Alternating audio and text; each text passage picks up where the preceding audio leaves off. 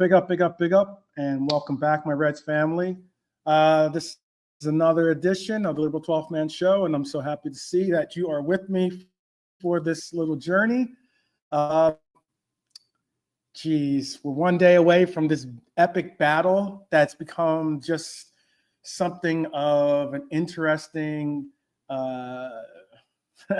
interesting set of circumstances, I would say, because honestly, there's a lot that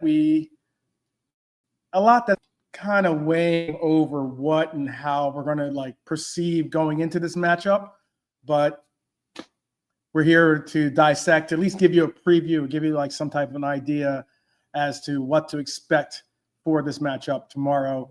There's going to be a bunch of not previews, but a bunch of watch-alongs, I'm sure.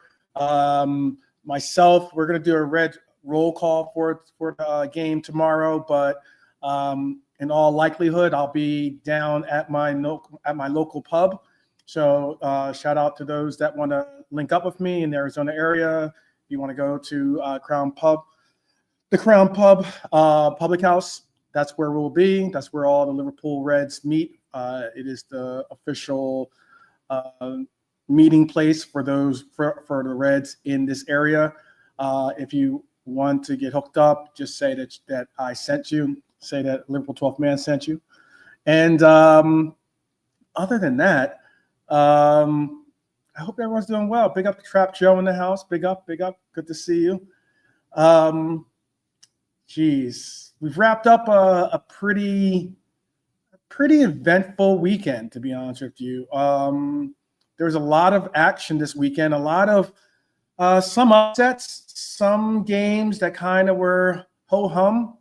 There were some games that were certainly snooze fest.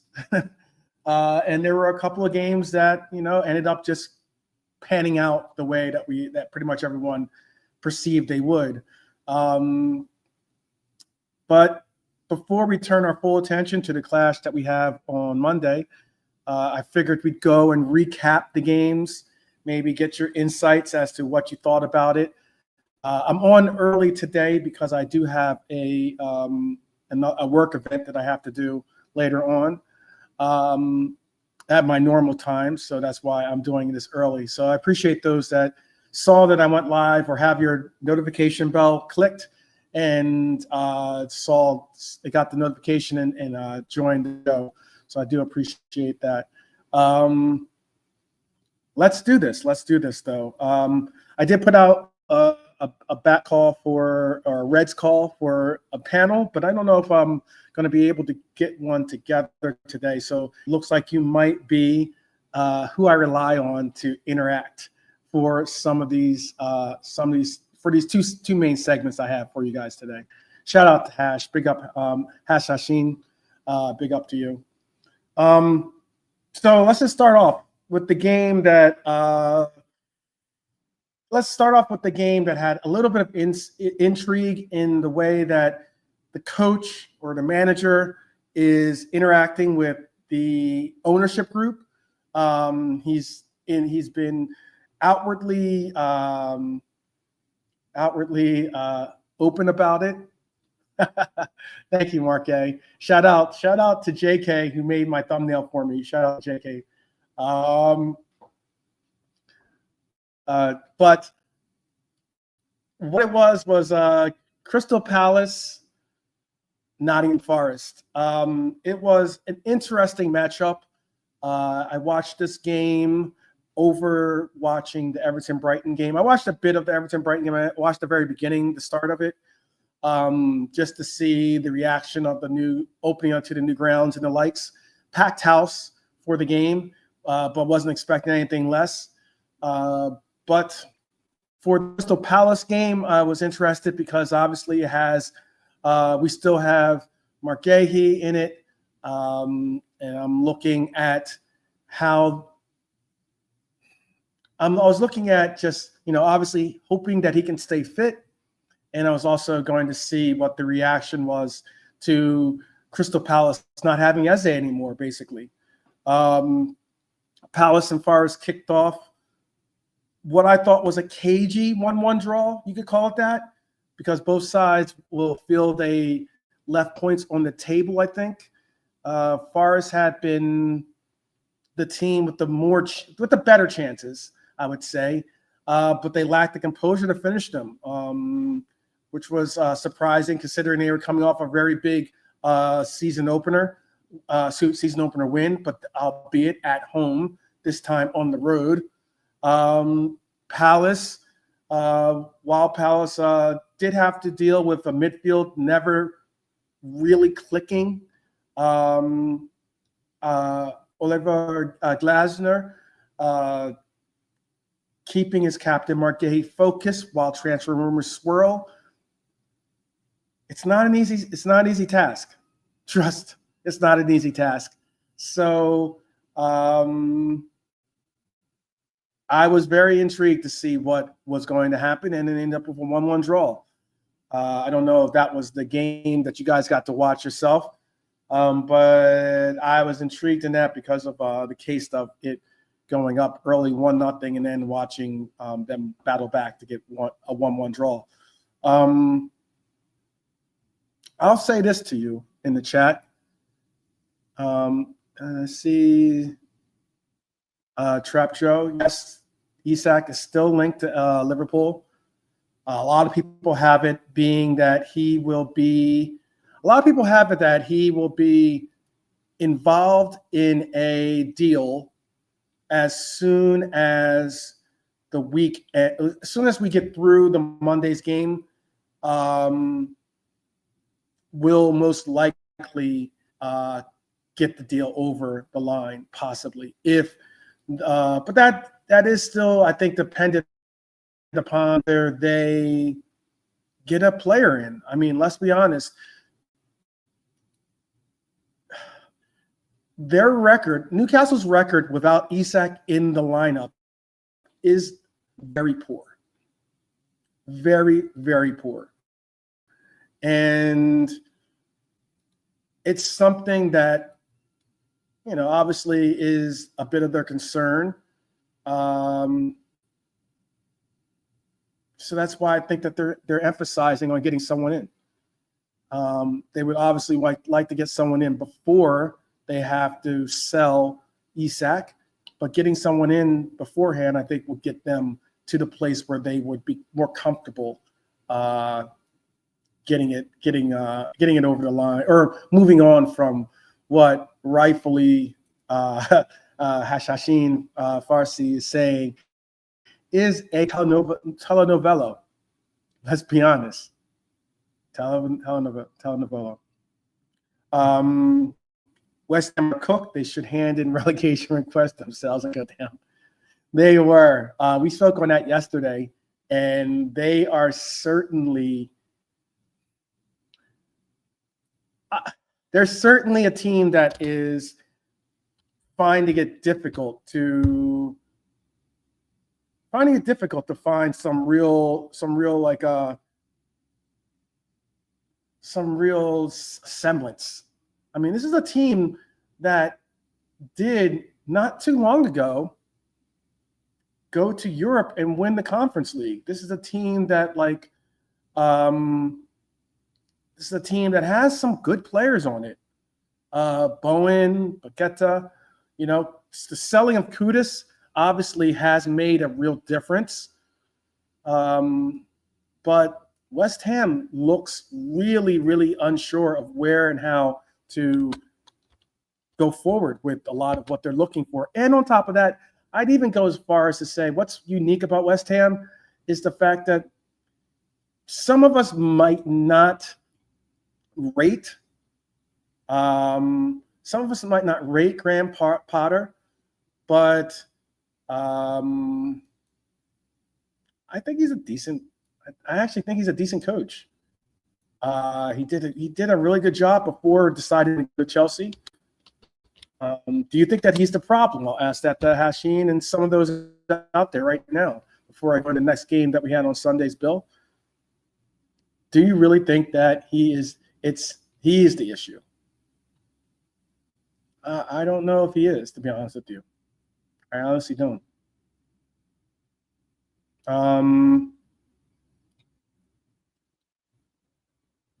Trap Joe is saying we also need Ekitike to settle in properly.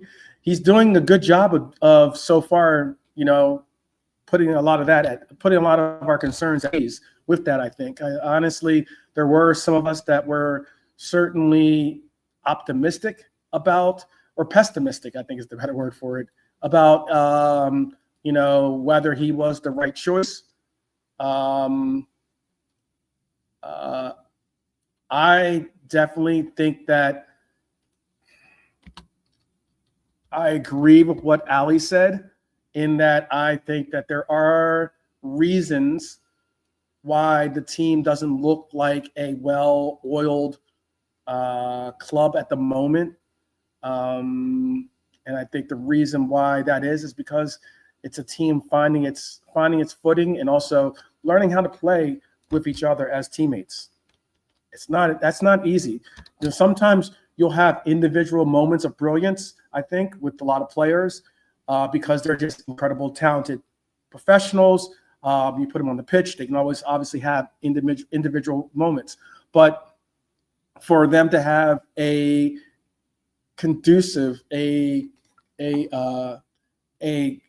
them to have the ability to really put things together and make things look effortless, that is when excuse me, that is when you have a team that is ready, a team that is capable of trusting each other in their abilities and where they'll be on the pitch and the likes.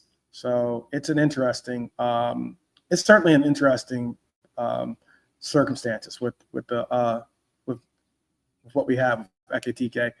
And look, getting Isak, if we are able to get Isak over the line, will be another realm of getting situated, getting settled, getting the players settled in, and really making him comfortable and having others around him comfortable with the surroundings and the players that make up his teammates on the pitch. Another thing about it is we still got to work our way through these injuries too. But I'll get into that more into the preview. That I have set up for you guys. Let's get into the next game that was on the bill. Lee, what up, Lee? How are you? Isak won't be fit to play for ages. Oh my goodness. I don't know. I hope that's not the case. Big up Trudon. Bruno, I know. We're going to get onto that. Trudon. Hear what your things are. Today I'm going to do something improv. I'll do something improv right now. And I will do something I normally don't do, but being that there are those friends and family of the channel, some OGs, I'll put the link in to the show if you guys want to do a improv community call in. If you want to call in, you want to have your voice, or you want to say you want to interact, you're more than welcome to join the show with me. Big up Vito. So what I was going to get into is I know that we want to talk about the Fulham Manchester United game, but I wanted to talk about our crosstown rivals. Everton, Brighton had a matchup today. How about those Blues? They showed up today after obviously a tough opening game against Leeds at Leeds, where they lost 1-0. They managed to pull themselves up, get prepared for their home opener. They had a lot of positive energy going about the pitch, and a 2-0 win at Goodison against Brighton really is big. Brighton is a team that can cause other teams problems, and they're a team that last year really did make a push for trying to get into Europe. They're a team who usually dominates possession, a team that usually dominates the tempo in the games that they do partake. But the Toffees were physical in this game. They were compact. They were clinical with their chances, to be honest with you. And it fell their way. It's something where Moises really has made a difference with Everton. It pains me to say that a little bit because I'm not necessarily hoping for great things for Everton, but they actually, and I say Goodison. It's not Goodison actually. Is sorry about that. It's the new ballpark that they have. My apologies. Dickinson Stadium. Excuse me. My apologies. I got to get out of the habit of saying Goodison Park, but yeah, it was interesting. Trudon saying looks like a scaffolding site. Okay. It is. I know. The name of the stadium isn't exactly the most. Name of the stadium has some issues. You can say that for sure. But we have some pauses. You can place some pauses along the name of the park for sure, Trudon. But Brighton looked like they looked a little bit lost without the rhythm, I would say. They looked a little lost without the rhythm today. They usually do impose more of what they want to do with the game, but today not so much. It's a massive 3 points for Everton, and they need a strong start to this campaign to really get the confidence to kick off a good season for Everton. So we'll see if that happens. But man, they really needed to step it up today. They had an opportunity that let's be honest, it's one thing that Pickford knows where and how to like kind of utilize his water bottle for his cheat sheet, but it wasn't a well taken penalty anyway, by the way, in that match. But big up, Milante. What's up, brother? How are you? Yeah, big up 12th. Big up 12th, man. Yeah, big up yourself and big up the chat. Definitely. Appreciate you helping out on the early status for today. We're just going over the recap of Sunday's games. Since we went over Saturday's games, we're going over Sunday's games today. I just got over wrapping up about Crystal Palace's 1-1 draw with Nottingham Forest, but now I'm on to Everton 2-0. Did you watch either of those games by any chance? What, today's games? Yeah, did you watch either of the games from either Everton, home opener, Crystal Palace? Yeah, Everton. They did well, to be fair. Grealish, you could see Grealish's influence on the team. Obviously, 2 assists. Brighton was a little bit disappointing. Yeah, I was a bit expecting a bit more from them, but Everton deserved to win. You got to give it to them. You got to be fair. Mm-hmm. In terms of the game, Fulham Man United. I mean, Man United blew a big chance. But it's just always lovely. Yeah. I haven't gotten into that one just yet, but that's. Sorry. We'll go back to we'll go back to the Crystal Palace. Yeah, so the Crystal Palace Forest. I think 1-1 was a fair result. I think it's a game of 2 halves, if I'm honest. I thought Forest maybe would nick it, but Palace, man, fair play. All the struggles, and all the plays. Sorry, you're going to say something, Tov? Go ahead. No, I was No, just no, it saying was. I I got to think give it. it might have been mine. I think we have a little bit Oh, of a okay. delay right now or something. But go ahead. Go ahead. Oh, okay. No, I was gonna say Crystal Palace with all their struggles and all the, as he going, the gay Willie won't he? I gotta give them fair play, man. The finest team in Glasgow. The manager needs the parish. They need to get some plays in because, as you said, they're down to their bare bones. Palace, they really are. But they keep flying. So fair play to Palace. And yeah, and obviously the Forest scenario with I thought they would win Forest, but fair play to Mhm. Palace. I really give them a lot of credit. Glasner, he's honestly he's doing wonders at that club. So yeah.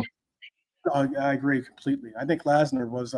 I'm surprised that. Well, I'm not going to take away from what Thomas Frank is doing at Spurs, but honestly, I thought that Glasner was going to get a maybe a step to a Big Six club in some way. I thought maybe he would have been in the running for Spurs or something like that. Um, but it's very interesting. And if I would go as far as to say, and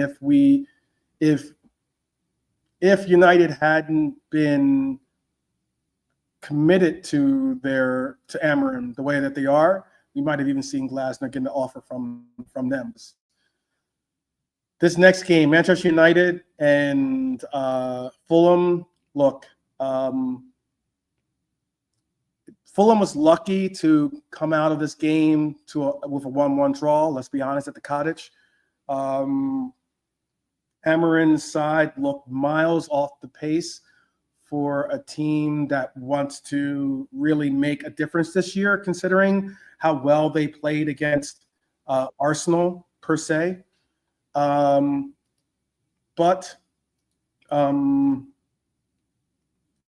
they pressed high. They created some danger points.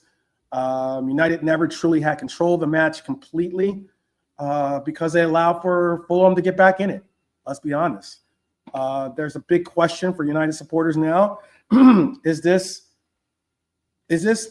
kind of the writing on the wall of needing to push the eject button, basically, and or do you trust the process and continue to possibly dig a hole much deeper, or hopefully, in their hope at least, find some optimism to really push on?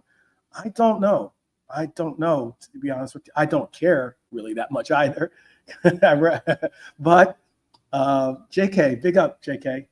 Bless, bro. Nalante, long time, bro. Long time, JK. What am I gonna say?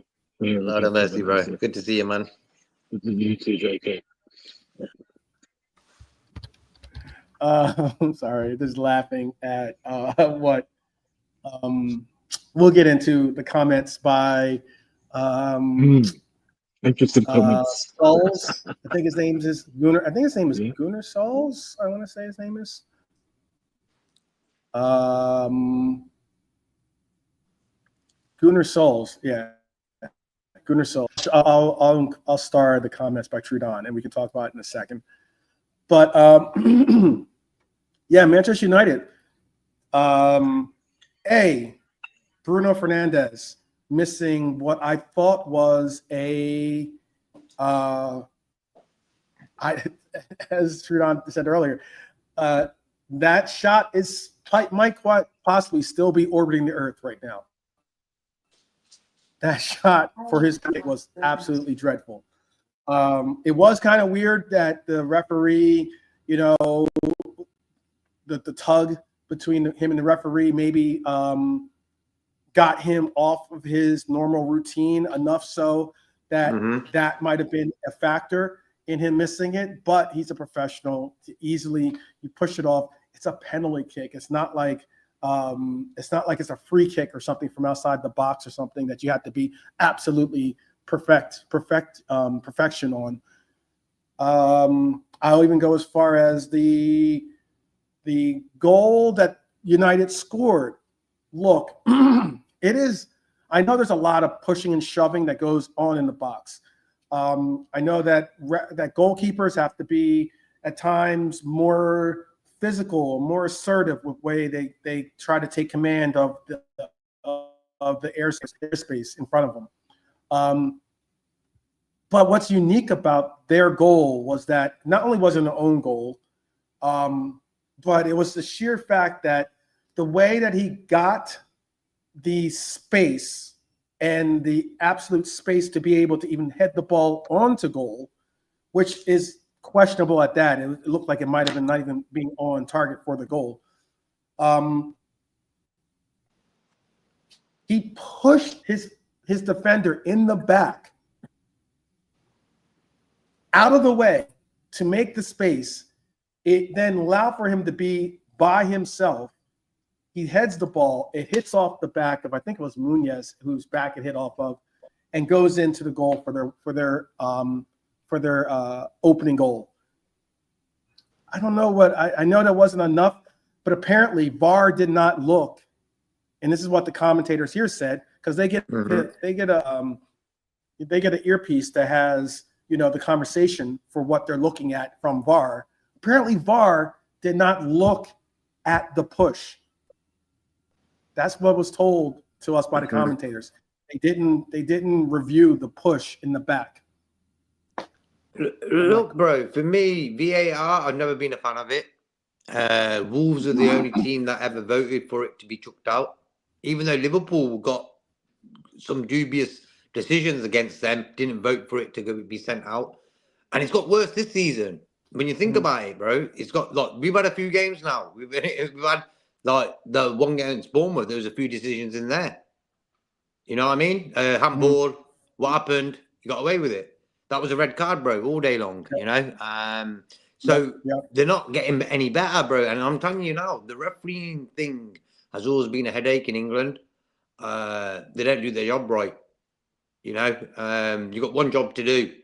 That guy, Yoro, he pushed that Bassi, I think it was a Fulham defender, pushed him straight, bro. Fulham, he fell on the floor. Yeah.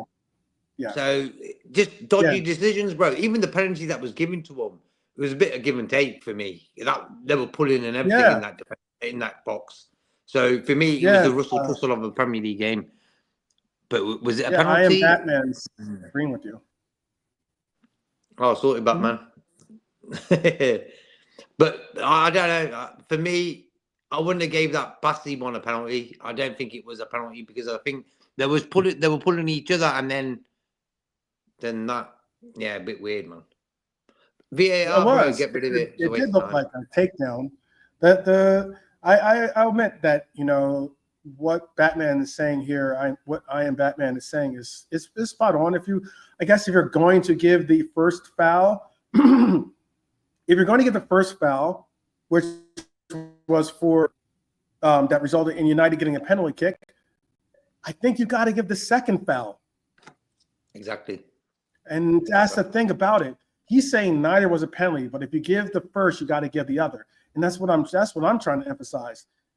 If you're going to give, the first one was a dodgy call in the sense of, not dodgy, it was dodgy play. Like he did pretty much like get wrapped up. He took him down.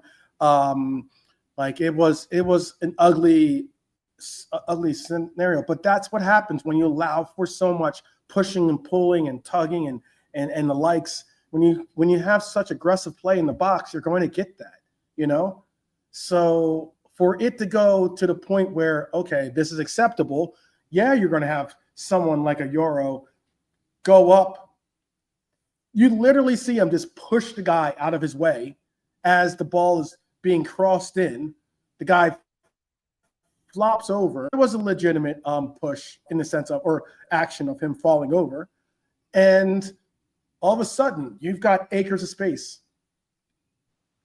And that's why it's pretty bad. And what the chat's saying about it too, Red Armchair Supporter says, the technology is fine. The idiots using it are the problem. I agree with that. I think that it's a real issue with the fact of, if you're going to have the technology, what makes it really difficult to understand and appreciate is when you and I at home can see the right call. Like, this game isn't a game that impacts me one way or another, but I would like to see the right calls be administered. And, it's never really been much of the case. You could honestly, we won our game against Bournemouth 4-2, great. But yet we should have never been playing against the team with a limit. As in it's just that simple. It went 2-2, bro, that game, Could have been more comfortable. Yeah. If you got a red card. Yeah, it could have easily been a draw. We could have easily dropped points in that game. But yep. All because of a call that could have impacted our ability to do so.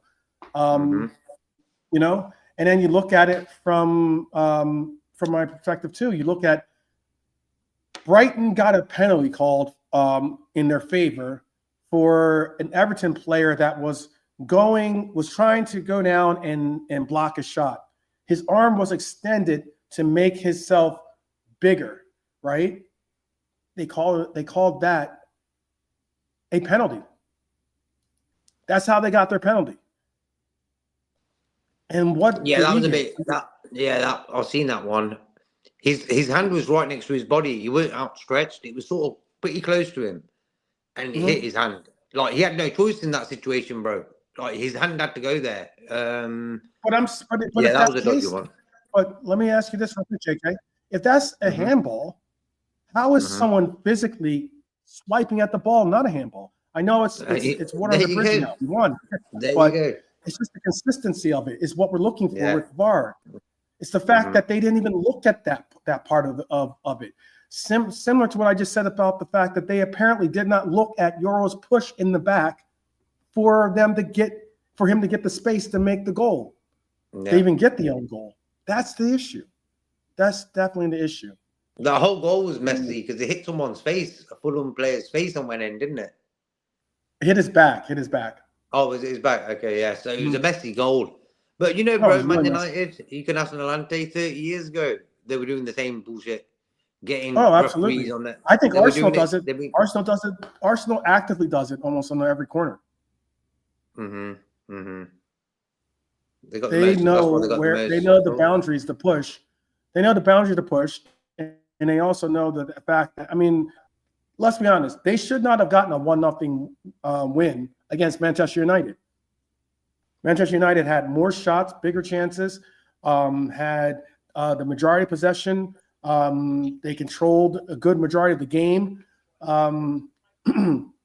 They should have won the game. However, because of Stoke FC, they ended up getting their set piece goal, and they got the result. Look, bro, if they win the league doing that, their fans ain't gonna bloody moan, are they? You know what I mean? They'd be happy just to have that league title, something to sing and dance about. Because for me, they're the most fans who sing and dance about what? What are you singing and dancing about? What are you making most noise for? And that's what I love about Liverpool fans. We're very modest. I've not really come across a lot of Liverpool fans who are very boisterous about we just won this and we're doing this. You know what I mean? We're different mindset, Liverpool fans, and it's great to be part of that instead of the Arsenal vibe, and Man United and how they behave and stuff. Do any of these games, excuse me, do any of these games, we've had 3 matches on Sunday, do any of these games really give us an idea about the landscape of what we should expect for the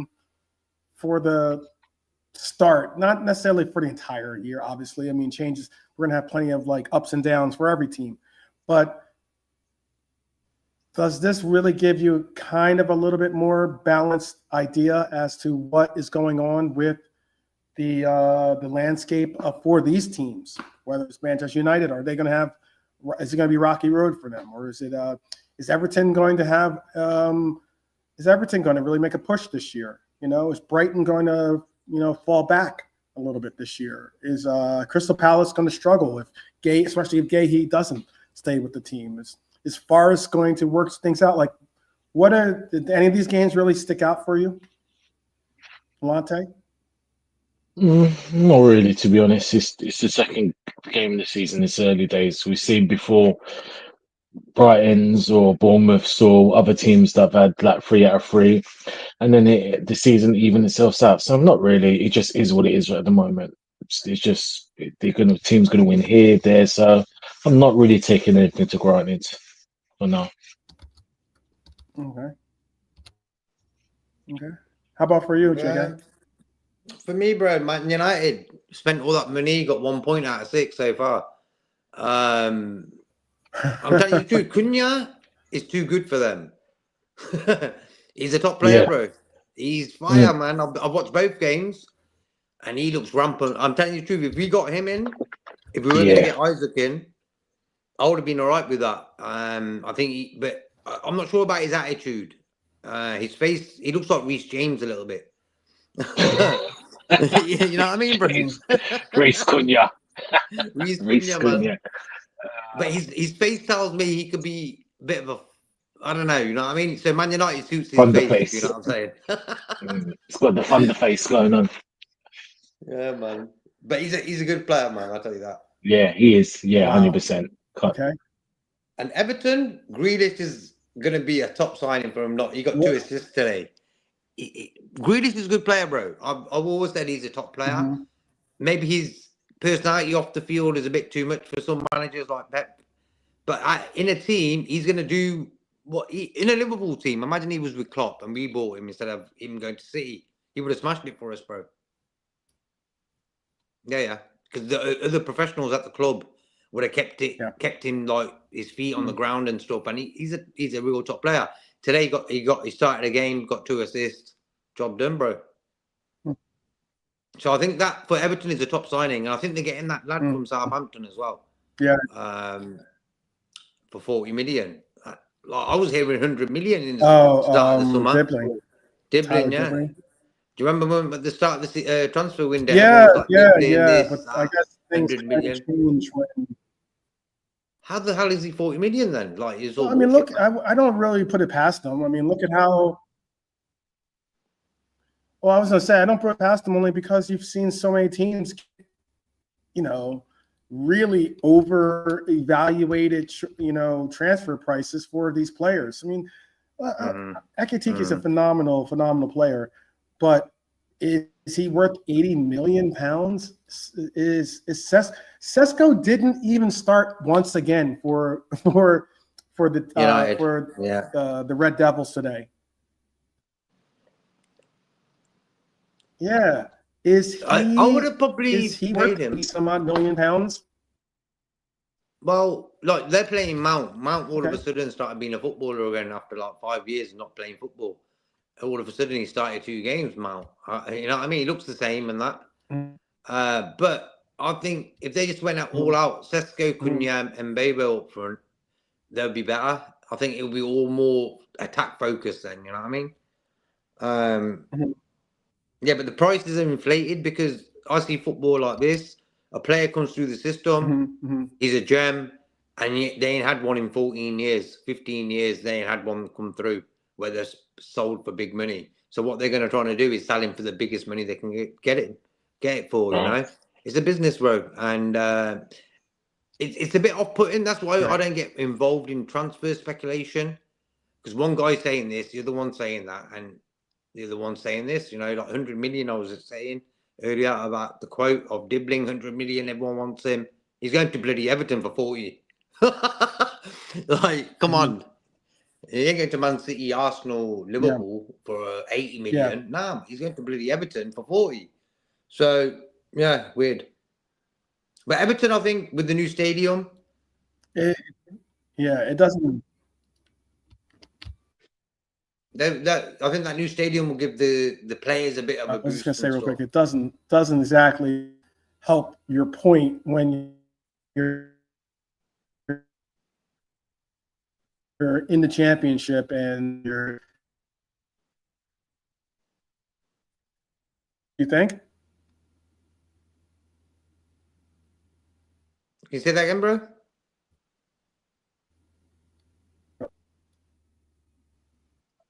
I know my computer's yeah. The connection. I have some other I'm going to close some of these extra windows that I had for some presentations. Sorry. No, but go ahead. Let me close some of these windows or consolidate some of the presentation. Go ahead with your points. Speak freely. I'm going to take 1 second. Go on, Atlanta. Yeah, sorry, what were you talking about the Man United game? Yeah, and just like how Everton, like they got Grealish in, like how they're going to be. I think with their new stadium, there is going to give them a boost and stuff. Yeah, I wish we were playing the first derby there. Yeah.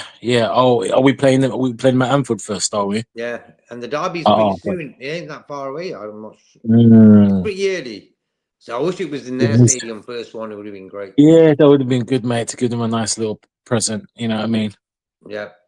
That's same stuff. Same story, mate. Same story, yeah.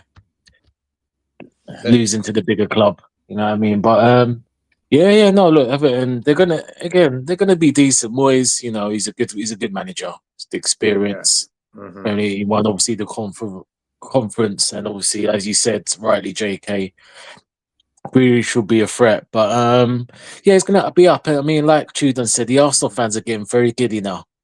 They expect him to win the Arsenal. They expect him to win at Anfield, which is fair enough. I mean, they've got to win at some point, you know. But obviously, the Eze thing, and the 5-0 and Glockeres and all that Glockeres nonsense, and they really. I mean, they're really expecting to beat us. That's good. That's good. No problem. But I guess we'll save that once tomorrow's game's over, because I think and I think, you know, tomorrow, like everyone is, big up everyone in the chat. Big up Track Joe. Big up Jimmy. Big up Abdul. Big up everyone in the chat. Yeah, like, share, subscribe. You know what I mean? 12's gone, so it's the JK Nilante takeover. Tell a friend to tell a friend. What 12 does his thing in the background. But I think for tomorrow's game, I don't know, again, chat, you can answer this, and JK. I think I said this before on previous, I think the defensive structure is key for tomorrow. For me, the game against Bournemouth, as good as we are, and I've said it before, I think people have heard me. I don't want to be sounding like a broken record, but the counter attack, we look loose, we look sloppy.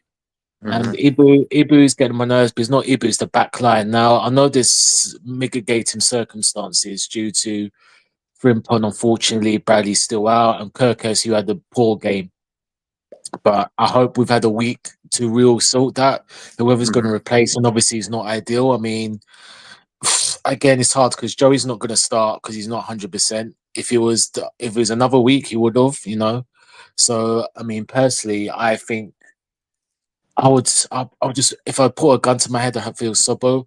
But what I would do is in the middle of the park, I wouldn't start McAllister. I wouldn't start him. Yeah, I think he's not 100%, and I just wouldn't start him this game. For me, I want to pivot of Endo and Grav. That gives you solidity. It gives you defensive structure. For me, solidity, and Endo might not be the place, but he's a better defensive. And ladies and gentlemen, let me just say, a better defensive player than a Mac, than a Sobo in the pivot. And we need to be a little bit more solid, and Grav coming back. So I just think we can have that, and then Wirtz can be free to do what he needs to do. So I just think that's what I would go for. That's what I go for subbing, you know, the right back. So yeah, for me, so for me, the key is the defensive. If we keep on being loose like that and the counter attacks like we did against Bournemouth, then it's going to be another long night. I think we know what we can do attacking wise. I think everyone in the chat can agree. It's the defensive aspect my eyes would be peeled for. So, I mean, I don't. What do you think about that? I mean, chat, you can let me know. What do you think about a pivot of Endo and Grav for that strong stability? I mean, what do you reckon? Like, look, for me, bro, I'd love to do that. And then with the words in front of them, you know what I mean? I said, like, with like the game tomorrow is all depends on the midfield, because like for me, right back, I wouldn't go Curtis, I'll go Sabotzalai. Why? I agree. He can use his energy to drift into the midfield like the way Trent did anyway. So for me, that's sound. For one game or two, whatever, that's cool. But for the midfield, I'm not starting Curtis. I'll probably go with the Gravenberch Endo, bro.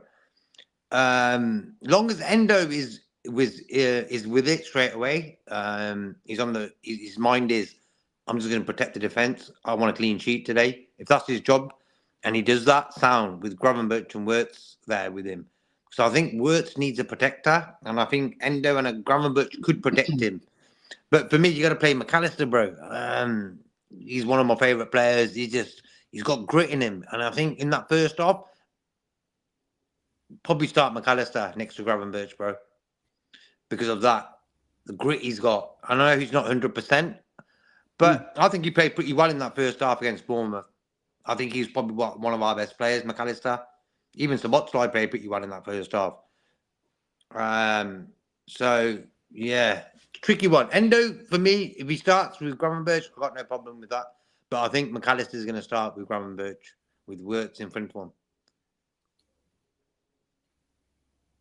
Okay. Well, I did have another segment, or have two segments actually. One from an article that Nalante brought up, something that we spoke about it before too. Some people were like, didn't exactly.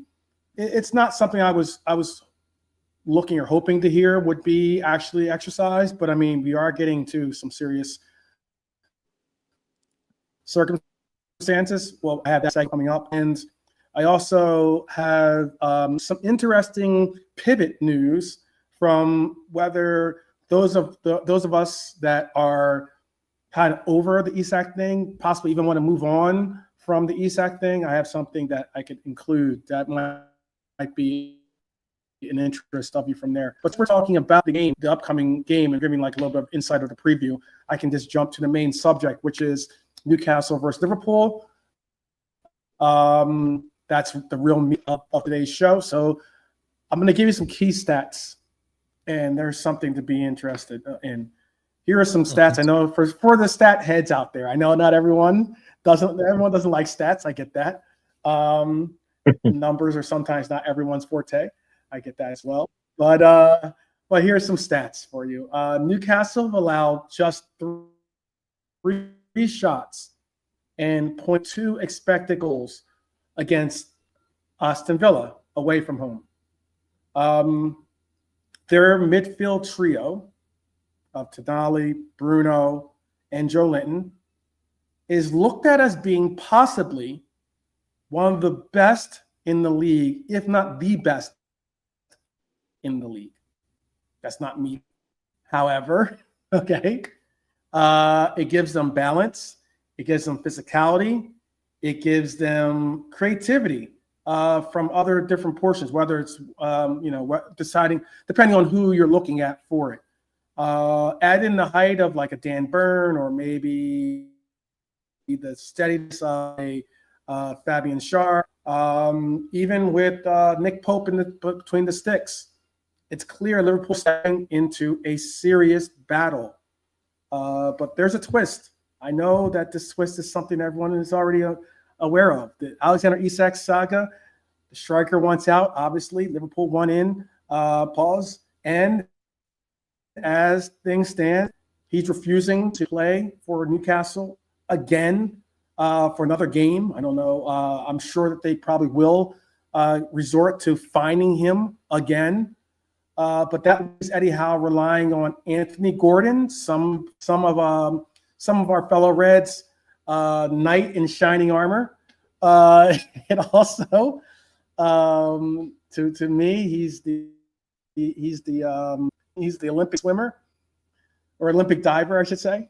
You have Harvey Barnes, you have Anthony Elanga, that brings pace with some unpredictability, but not the same cutting edge in front of goal when you have Isak. It's that simple. Newcastle with Isak have a phenomenally different win percentage when it comes to him being in the lineup or out of the lineup. And then you look at Liverpool. We're coming off the 4-2 win against Bournemouth. I get it. Some were happy with the result, but also not exactly over the moon with the performance. We got scores from Salah, Chiesa, Cody, Hugo. The firepower is there. Let's be honest. We got plenty of players that can score goals. Okay. That concern has been the defense. 4 goals conceded already this season. The preseason showed those same cracks. Look, Milos Kerkez is a phenomenal left back. However, defense isn't why we bought this player. And if he's going to be forced to primarily focus on defense as opposed to focusing on his other aspect of his primary factor of his game, which is offense, there could be issues. Yeah, but bro, he's a defender, so he should stick to his job. And the cherry on the top of that cake is his attacking process, how good he is with the ball, attacking wise. I always say that defenders, first things first, defense. You know, and the extra cherries on the cake and all that is the guy can switch a ball 40 yards like Trent. You know what I mean? Free kicks from outside the box. That's the cherries on top of the cake. But defensively, bro, they got to be. I like Kerkez. I think that sliding tackle he got a yellow card for showed me who he was in that tackle. I know he got a yellow card for it and he mistimed it. But when he times it right with a lot of training, with the manager, with the team, Virgil and all that, the guy's going to be bad boy for us. I think he's fire. He is great to see, bro. After Robertson, for me, Robertson was fire when he came in. I told you this the other day. I think Kerkez is going to be a top player for us. As soon as he gets locked in on how to situate himself in sort of the game, you know what I mean? I think his positioning sometimes isn't great. Yeah, 100%. Yeah, so I think that's going to come in time, bro. Like Frimpong's got enough experience. I think Frimpong played all right last week against Bournemouth. You don't have to worry about his positioning, this, that, and the other. He's got the basics right. You know what I mean? He can get in there as well. But Kerkez is all about timing. I think that will come with games. The more he plays with us, and he'll get used to that pace of how we're going to play, you know. But fire-wise and adrenaline, he's got it all. Yeah. I can understand that. Look, history favors us. Let's be honest. Yesterday, we were going over. It was me, Baz, and Lee on the show yesterday, and at the end, we kind of just did a little improv because we were talking about bogey teams or having what teams like the boogeyman in the closet type situation for some teams. And I was going over this is only from 2024, 2025 stats. Obviously, this year will affect those stats in one way or another. But we're looking at it, and there's 2 teams that we are the bogeyman, the bogey team for. Newcastle's one of them. We are unbeaten in 17 league matches against Newcastle. We are unbeaten at St. James Park since 2015. 10 years it's been since we've seen a defeat.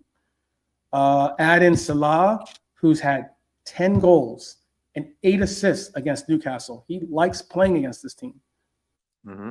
Egyptian King has registered a goal contribution in his last 6 matches against Newcastle, which is a Premier League record, by the way. Newcastle fans might sing loud, but Salah has silenced them before. We are all hoping he can do the same tomorrow. The good thing about Salah, I'm predicting is going to be. Go ahead. Say about Salah. Oh no, I was going to just say, like last week, bro, Salah didn't have a great game, but he sealed the game with that 4th goal he scored. That's the beauty of Salah, bro. Like for me, I'm not expecting his numbers from last season, but when he's on the pitch, there's always something, you know, and that's a good thing. Like last week, he didn't play great, but we still scored 4 goals. So I got no worry about like Salah. Whatever he produces is great. So I think tomorrow, hopefully, he'll have a good game. Okay.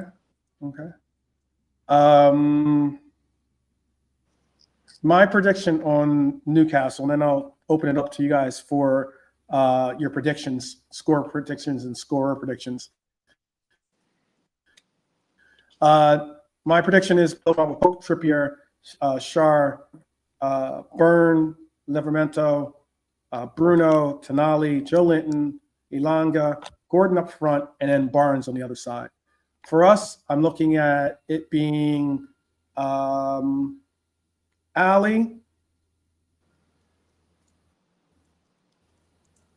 Kanate, Virgil van Dijk, Kirkes, Dom,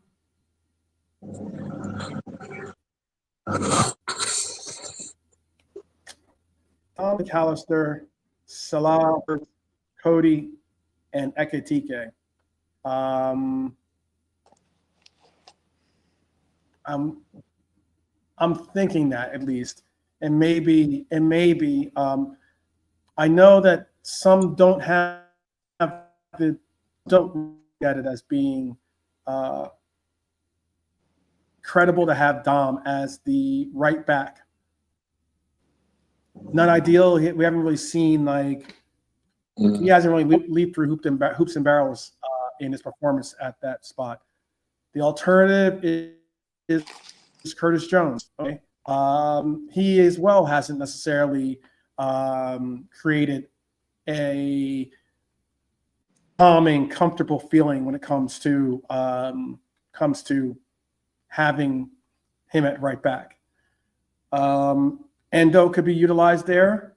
I don't want to necessarily see that because I don't want to. I think at least you can get something of the overlapping responsibilities of the right back out of Curtis or Dom. I'm not looking for that to be the case from Endo. He's more of a stay-at-home right back for me. If you're going to utilize him at right back, that's a good one. It's just a true right bias. back. I honestly, yeah. But I know what you mean. Yeah. But you know what I mean? Yeah. But it's obvious that we're not going to use, we're most likely not going to use Joe Gomez there. It's also probably pretty apparent that we're not going to be able to rally there either, considering that he's just back from being injured. And it would be a lot to call on him to have to take on, the duties of handling Ilanga on that side of the pitch. I would ask honestly who you think should be the right back option. Who's going to be your back line? I'll ask that Nalante, if you don't mind. Yeah, I think Who would be your back line option? easy. Me right back, you and JK the centre halves, and maybe we'll play Lee left back. There you go. All seriousness. Me JK discussing it because the three I'm not going to start. So if you're pushing me, I'll put as you were saying, I'll put Subba right back. And then you can put Joey on at some point during the game. Okay. In the second half, Mm-hmm.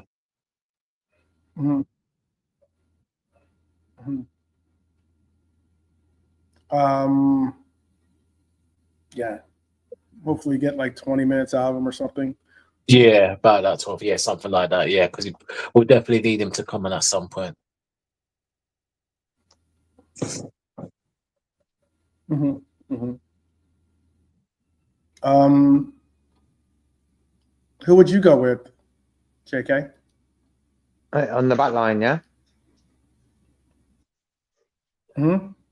Yeah, Kirkes, Virgil, Kanate, Sobotlai, because of the energy going up and down. I'd rather have that than a Curtis Jones or an Endo. Or stay at home right back. I'm not going to remember that one. Yeah. Stay at home. Be the It's too early. Like with 10 minutes left, you can do it. You can have the stay at home right back, but not a whole 90 minutes. It wouldn't work.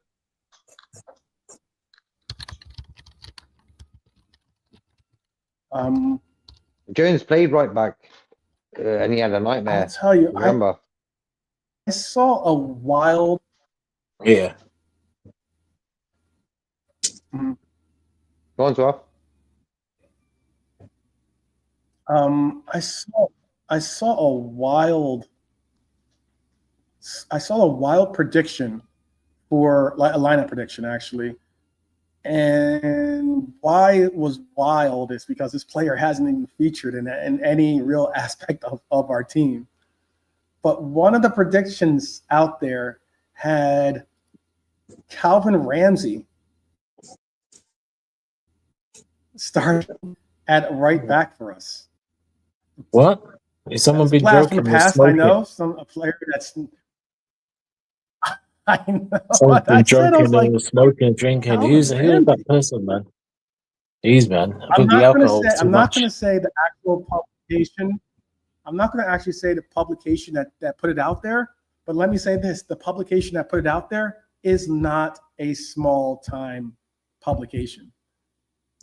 I'll put it that way. That Calvin case, then let Harris me said. just. Yeah. Yes. The only left back he'll be playing is Taylor Swift's left back. Oof. What were you saying? Shout out Calvin Harris. No, all love. Oh, shit, Who knows? good. I might have a show with him someday. I gotta keep legit. Yes, that's what you man. You're a man in the world's 12th. Thank you, man. You're a businessman at heart, you know? Get your contacts, man. One day people will know the contacts you've got. Trust me, man. I'll tell you, man. Can't wait for that day, man. They come on the show. But yeah, I mean, Calvin. Yeah. I'm excited. Once we get this to show up to the channel to some numbers, we definitely have some. We'll have some really cool debuts. Yeah. Oh, that's gonna be. I'll tell you, man. They'll love it. They'll love it. Dustin's asking for why not Leone? I think because Leone doesn't really have the skill sets to play the right back that we need him to be, if that makes any sense. At least that's from my perception. Yeah, I agree. I think Lady. Yeah, I think no, it's all right. No, I think Lady B's mentioned it on Brian's channel because she's adamant. You know, she loves Leone, and she's in. I think from what I've read, he's played right back before, but she would say we should play him. I mean, who knows? We don't know what Slot's going to do. We don't think so. But for me, like you said, 12th, I personally wouldn't. The magnitude of the game and like the skill set, which is a good assessment, you know, the magnitude of the game. I don't want his first game to be a right back in this culture. No, not for me. Yeah. The last thing we need to do is to do a Kwanzaa where you have a player go out, get, put on a skewer, and then be forced to possibly even replace him and really and we need Leone to start on the right foot, not thrown into the fire. I think that's the reason why I wouldn't go personally. I wouldn't go Leone. Yeah. Also, Dustin, check out the episode before this or yesterday's episode. We did answer your question for the under 25 question that you had for us. Under 25 and who you'd like to see retire for any players under 25. We did give an answer out for that. But yeah, I saw the Ramsey shout and I was like, Ramsey? I mean, he does play right back,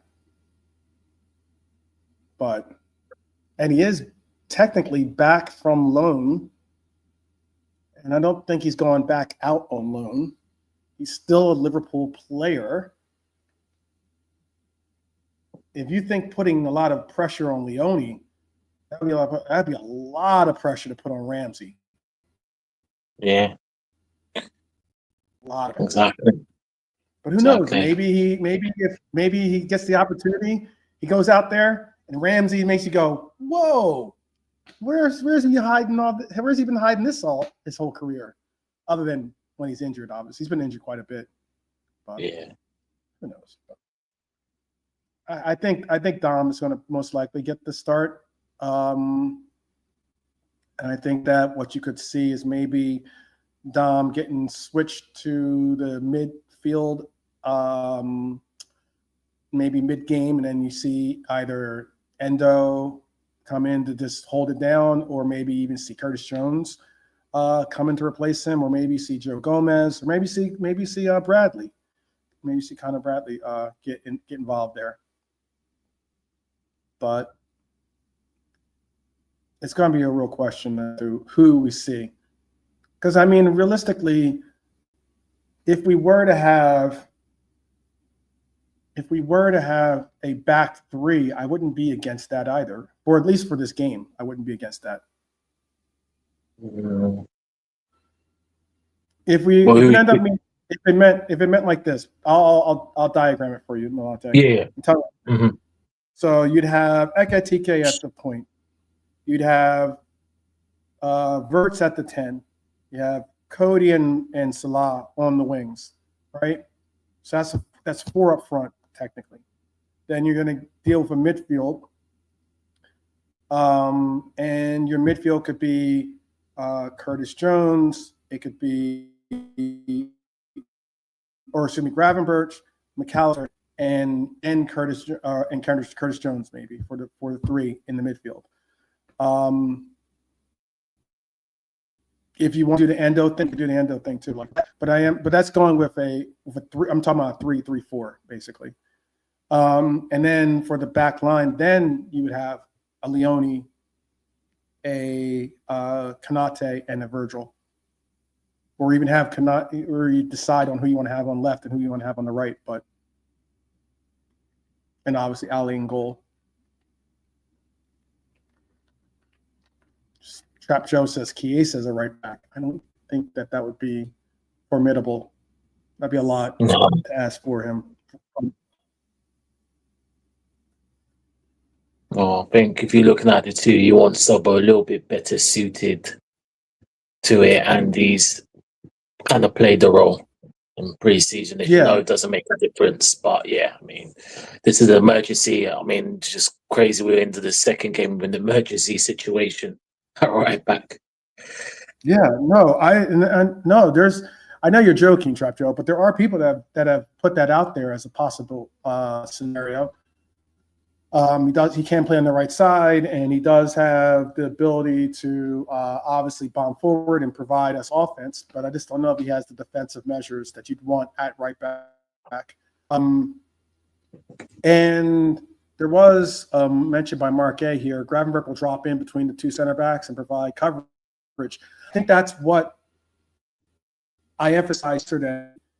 And it's what I'll continue to emphasize, is that Gravenberch makes a real difference. Now, I did get some pushback from I think Baz gave the majority of the pushback when I mentioned that scenario. But I don't think that Gravenberch makes a significant difference to our team when it comes to the coverage that he provides. And I was just being critical of Kirkes, but the reason I was being critical of Kirkes is that he's not allowed to perform the duties or the skill talents that he has, because he's being forced to do something that, if anything, Robbo was being forced to do a lot of last year. And that is when, rather than go forward, Robbo was being part of the back 3 in essence, so that when let's say hypothetically Frimpong's going forward, Kirkes resides back in that back 3. He shades back and provides extra coverage for the back line, and by doing so, we talked about Dom. Dom I thought he had a good game, by the way. I know some talked about a couple of his giveaways that giveaway in counters on us, and one resulting in a goal. And if you think about it, that's because he is normally going forward. So he normally has that mindset to press forward and be a part of the offense. And maybe he's being negligent on his defensive responsibilities. It also doesn't help, and you have the under percent McAllister back there trying to hold it down, as opposed to maybe an Endo that is going to be an more anchored DM. If you have Gravenberch now, you'll do exactly what Mark A just spoke of. And I think what you'll have is you'll have a player that can confidently be able to track back, become defensive-minded, be that third defensive option in that backline. And therefore, you're not so much subject to getting caught out on the left or even on the right, because now all of a sudden the left side is the side that they're targeting so more often than the right, when we used to have Trent there. But then you'll be able to get them on their back foot. You'll get the most out of what Kirkes is offering to provide, and you'll have the coverage through Gravenberch. So if you guys think elsewise or you think differently, tell me. I'll let JK. I think JK is away from the mic. He's Okay. Yeah, I mean, look, it could work, but I just think this is bigger than Grav. I mean, it will help, but I don't think it's the be all help to extent, because there's times when Grav was playing last season and we were getting traditionally we're getting spun on the counter attack, whether it's a long ball or through the middle at times. The only thing that worked last season at the end, especially the second half, was the fact we were Moments FC. We got goals at certain matters, and the defensive lineup, the defense was a bit better than how I know it's only one game, so it's very hard to, it's a bit bad to criticize, but the defense is more solid. So Grav will help to the extent, but it's not just the Grav, it will fix things and everything will be okie dokie. I think as a team we have to defend better.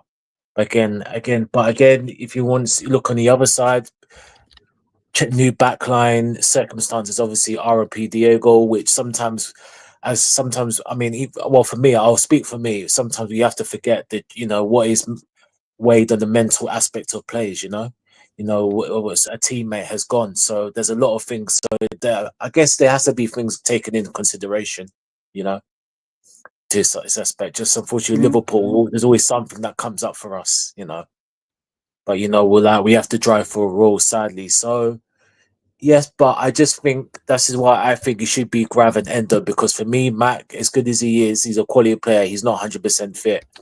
He had a good first half against Bournemouth, but you're tired, and again, you saw what happened. So I just think if we just solidify the defensive aspect, just be more compact based, because a lot of people, I think Brian was saying, like, he didn't like Slot's football last season. He wasn't appealing to him, but I thought he was good. There's a bit of the Dutch element of controlled play with the ball, and then when we attacked. So I didn't mind it. Something different, because if you do too much rock and roll, it's great, but you don't want to have 4-2s or 3-3s all the time, certain periods. So for me, this is why I want us to be stable first, and then they can match Newcastle in the midfield, because again, the midfield is going to be key. And just for me, Grav and Endo partnership is better defensively aware than Mac or Sobo. So they will be able to put fires defensively, and the defensive side will be much more solid and better. Then we can build our base, and then going forward we can do what we do. But I don't think that will happen. So let's see. We just have to be more on our P's and Q's. I think that's the question for me, because like I said, the attacking side of things, that's not even a question. We all know, but it's more the defensive side that will be key for us to win in this game for me. And obviously, and there's another game for work to be interesting to see how he adapts his first away game in the Premier League. So, he started a taste turn. So yeah, so yeah, for me, if we can keep the defensive aspect solid, then we can win this game. But if we go back and forth and get drawn into the war or the Newcastle thing, then it's going to be another long night. Okay. Trap Joe is saying Slot slows the game way too much at times. That's something me and JK have agreed on. I don't like. I guess I've been cultured into thinking that Klopp style of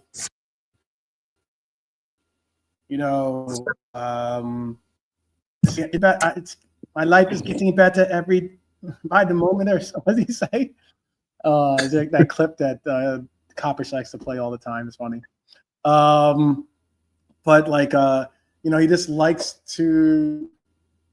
players going forward. Like he plays that high line. He likes to he likes to keep the pressure on you. He believes that the best offense is the counter press. So the best initiation of the offense is pressing someone so that they make mistakes, and it opens up situations where it allows for you to act quickly and score quickly.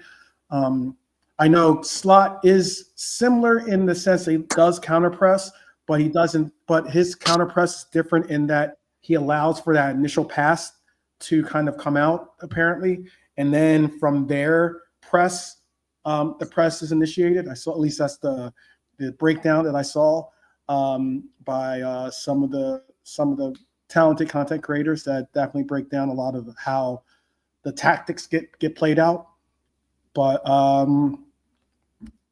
Red for Life is saying he thinks we only saw a glimpse of Slot ball last season. Now he has more of selection of his style players with the new signings. He's also working with new coaching staff. We should see some new things. Yeah, True. We are seeing some new things. Certainly. Good point, Red for Life. Yeah, that's a valid point. That's a valid part. Yeah. But I think Trap Joe, I understand what you 12 was saying. He was slow at times. You're right, because at times I think 12 were watching the games and we're thinking like, why are you passing back? Just move the ball forward. So it is true. But what I would counteract is that we were more controlled with it. We had the patience. And again, it's a different way of football because, again, like I said, rock and roll is great. And I know Klopp, we've done that, but you don't want to do 4-3s every week. I don't think any of us could take that, It's a different way, and 2-0. Listen, give me the 2-0 all day. But it was more, I think Slot put he's a Dutchman. The Dutch are more about control, dictating the play, just waiting until to strike. So, and there's a few games we still got some of that counter attack in this. We see this, so it's not gone away. But I get what you're saying.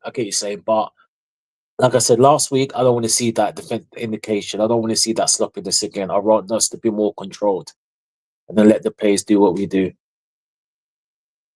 Yeah. Well, all right, real quick before we get into these last two segments, what's your score prediction and who's your scorers? You'll have to go first because JK's still on mute. Yeah, JK is still looking at trying to get through to Isak's agent at the moment. So we'll see. In the background, I heard Isak's agent speaks a bit of German, so JK's trying to pattern the deal, making sure that's the September. There you go. That's the September. Yeah, he's us. But in terms of the score, God, my head. I'm going to be honest. My head says 1-1, but my heart says 1-0. Yeah.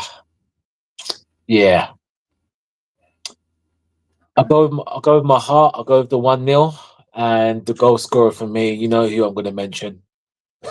Him.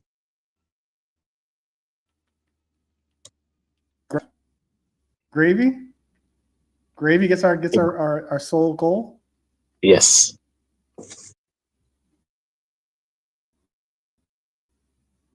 All right. Yeah. Adam is saying 4-0. Hugo gets a hat trick. Yeah. All right, brother. If he does, I hope you're right, Adam. I hope you're right. Indeed. I'll buy you a round, Adam. If he does, somehow. You get all. Exactly. Yeah. Send me your address, Adam. I'll send way. the details. Trap Joe is saying he wants to see something like 3-2. Okay. Shout out Reels and Jared. Appreciate the shout. We got realism always. Ref for Life.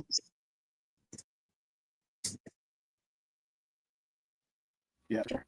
Reflecting. The one fact that makes him worried is how far apart the center backs split. Sometimes there's acres of space between VVD and Ibu.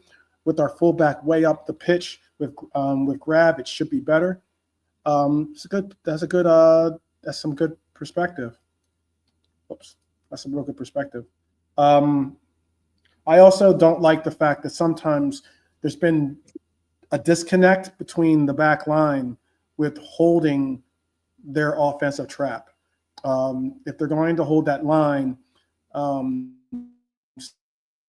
sometimes that point of having have a line, that's the whole point of being able to keep that line and to allow for it to be your extra defensive player, in essence, allow for that to do some of the work for you by being able to make sure that you are in line with each other, as opposed to sometimes, allowing for the mental slips.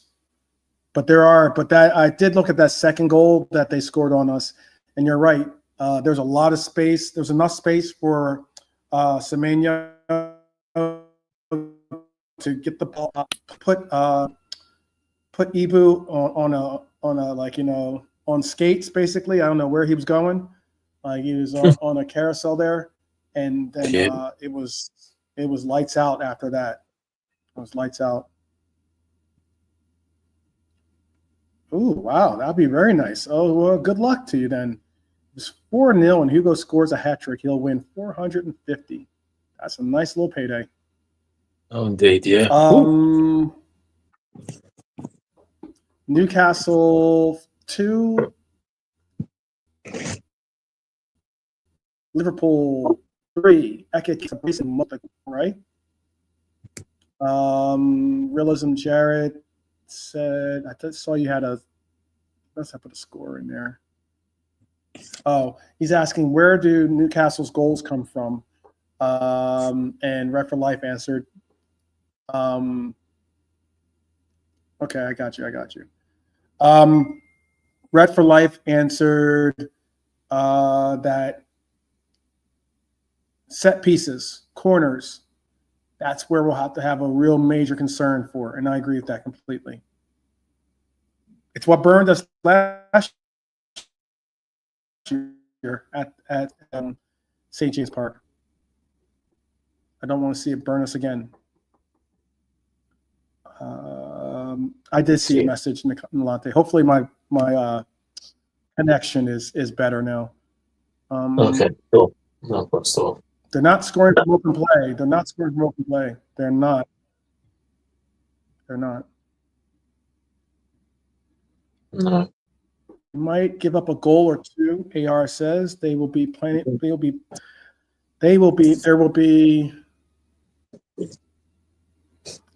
There will be a penalty or a free kick or crosses or set pieces, long balls, and arm mistakes that he is looking at being an issue. Mm-hmm. I don't know what else is causing my thing to. Yeah, sure. Maybe that is. Yeah, I see that my that is a little choppy. I'm gonna shut down more of these windows just in case. Yeah, do that. Maybe it's the Sheikh's letting you know, man. Stop mentioning Isak. Yeah, maybe. Yeah, you know what? It would be funny that if they'll probably won't do it.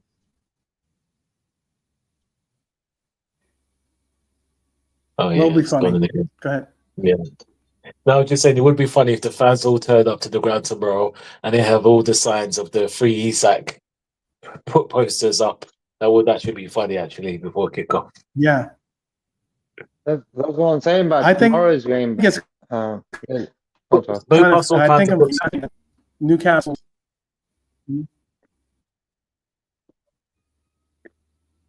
Yeah, the connection 12. Yeah. It keeps dropping out, doesn't it? Mm-hmm. I know. I see it. It's a little dodgy. I see it. Yeah. What I was just going to say is I think it's kind of fitting that Newcastle's kits are black and white stripes, considering they need to. It's like that's the Prison. the Yeah. exactly, the uniform prisoner outfit. Okay. Yeah. That's what I'm saying. We're the lawyers, man. We're technicality, man. He's been committed the crime, but he didn't do anything wrong. The He's doing 10 prosecutors. years. Yeah, He's doing exactly. 10 Yeah, years. exactly, Yeah. man. You know, That's too funny. we're making sure Yeah. if he can be a free man before next week. Next Yeah. week. You know what, bro? I'll quickly just say something about the That'd be Isaac nice. thing. I think tomorrow's game is going to be explosive.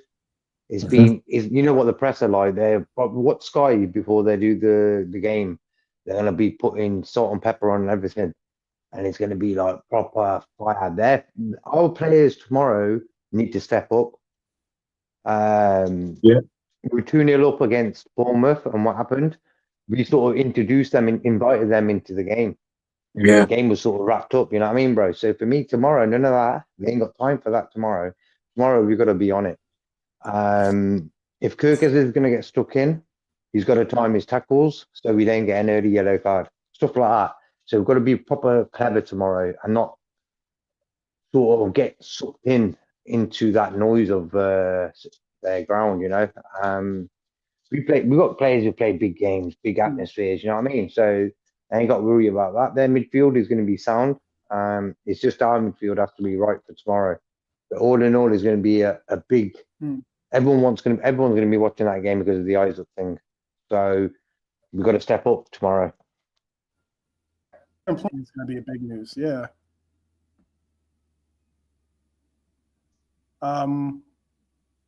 I haven't really even thought about what my prediction is going to be for the score, because I have like what my heart is telling me and what my gut is telling me. Huge difference. My gut is telling me 2-2.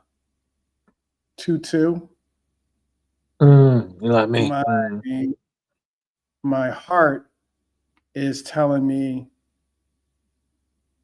3-1. I think that they'll score on us early, and that'll be like something that kind of like is a wake-up call. It gets the crowd involved. It gets everyone's like, oh, you know, different settings. It could be off a set piece.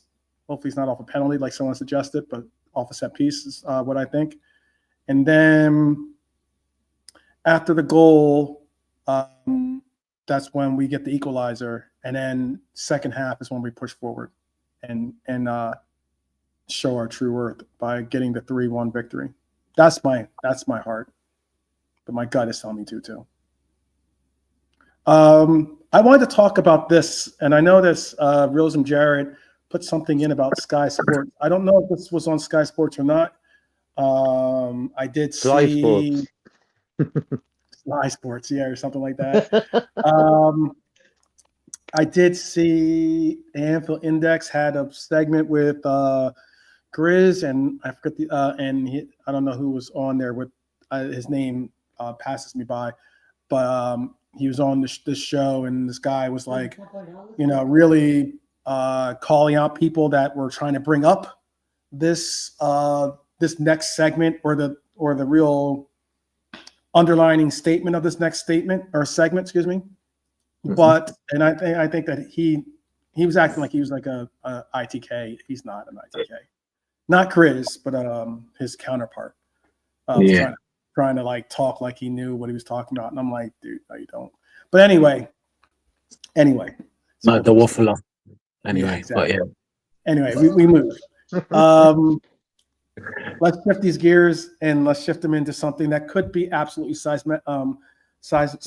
I know that this is an article that was passed on to me by Nalante. I gave it a good read, and it could transfers happen at the top level. Alexander Isak obviously went public, releasing a statement saying that he has no intention of playing for Newcastle again due to broken promises. He wrote, and I quote, "Promises were made, and the club has known my position for a long time. When promises are broken and trust is lost, the relationship can't continue. Period." That's where things are for me right now. That's what he's saying.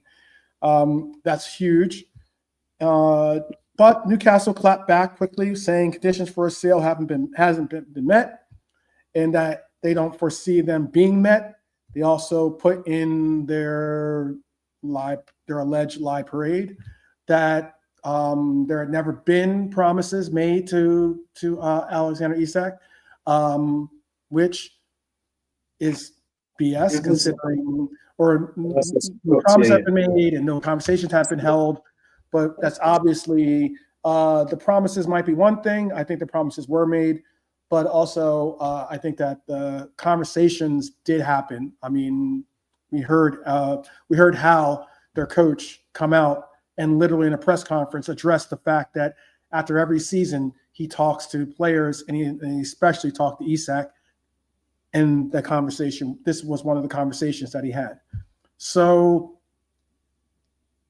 there is something that's big, because apparently, this is according to Gabriel Marcati, Isak and his representatives are preparing to potentially invoke Article 17 of FIFA's regulations next summer. Now, it can't be done now. But if they go throughout this whole year of, him not playing or him not being able to get this or that done with, and having the possibility of the team going as far as doing what some, I think, really, really butthurt Newcastle fans have suggested, and that is putting him out to pasture in a sense, like having him be put out to play with the under 21s, or like having him train separately, or just having him not be called up to the roster, but yet still be on the books. It's ugly. It's a possibility that teams can do. And to avoid that, or at least to prepare for if that is an action that the team does, Article 17 is what we saw for the Chelsea player, for instance. Article 17 was introduced after pressure from the European Commission.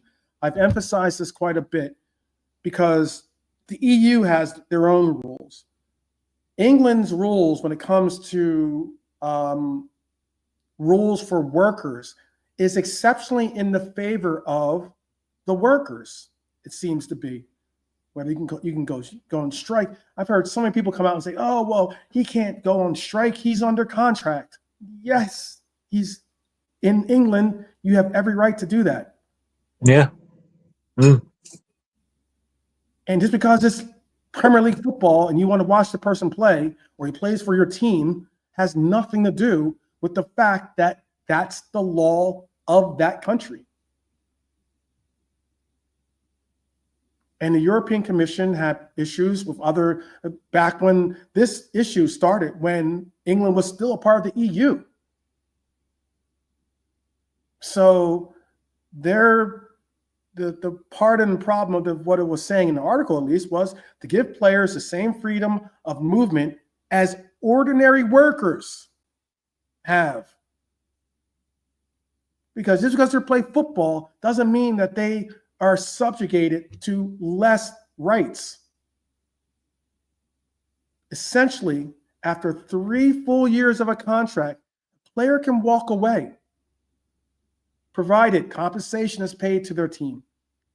And thanks to recent changes in FIFA's rules, that process has become far more friendly towards the players. Here's what that means for Isak.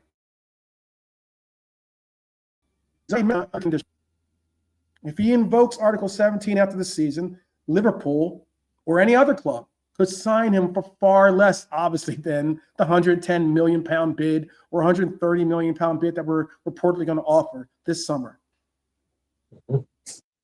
It would mean compensation would be more likely around 50 to 60 million.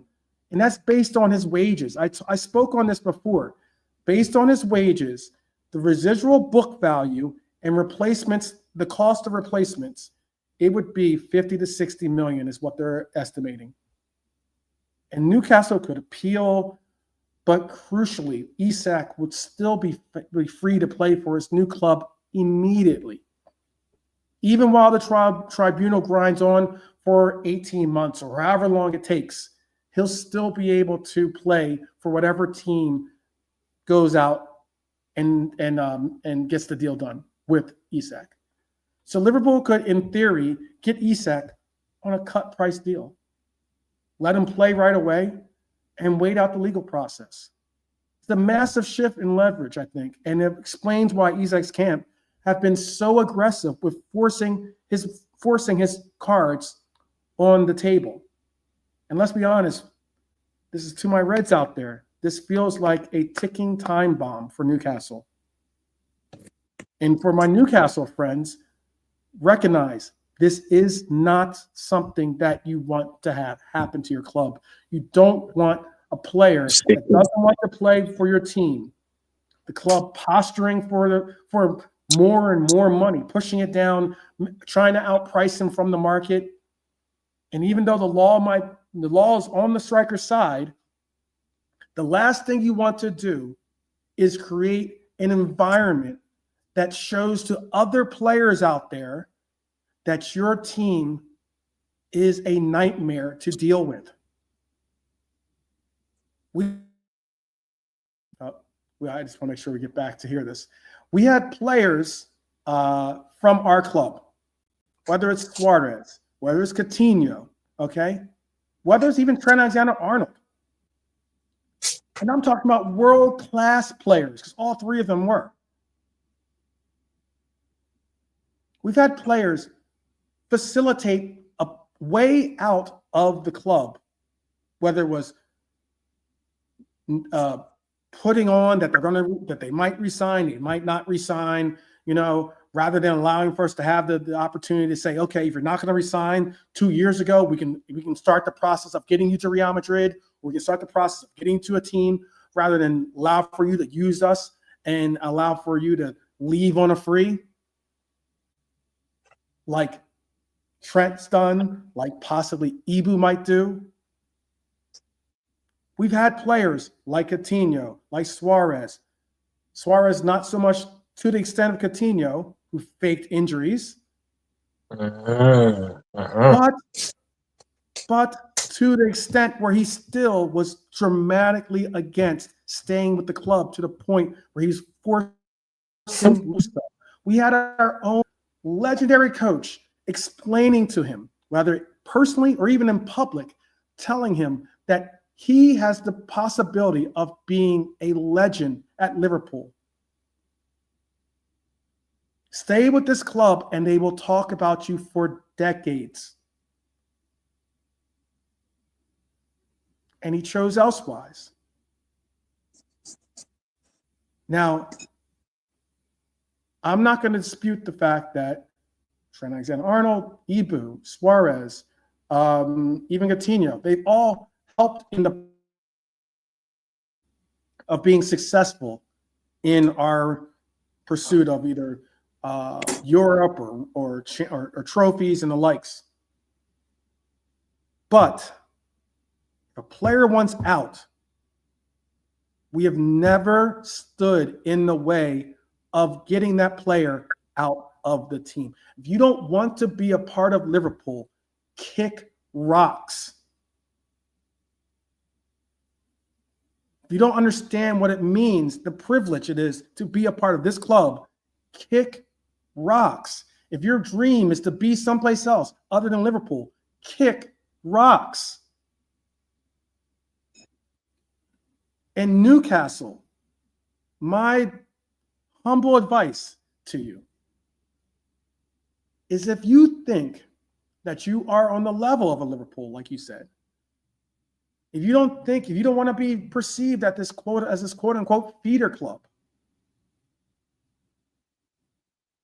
it's not about being called out It's about being called out for or being held hostage by the demands. It's about being professional and understanding your own work.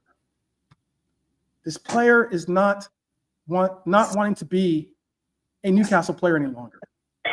Have some respect for your club and get it done. Move on. Be like, cool. You don't value us the way that we value you? Cool. Let's go out there, get the value back, get moved. Make another Isak. Make two Isaks. And a baby. Right.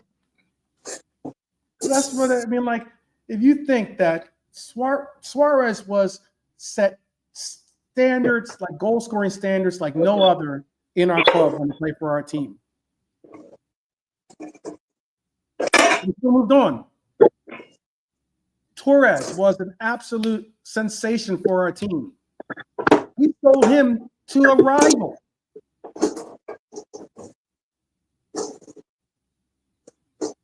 Coutinho, again, did some incredible work for us.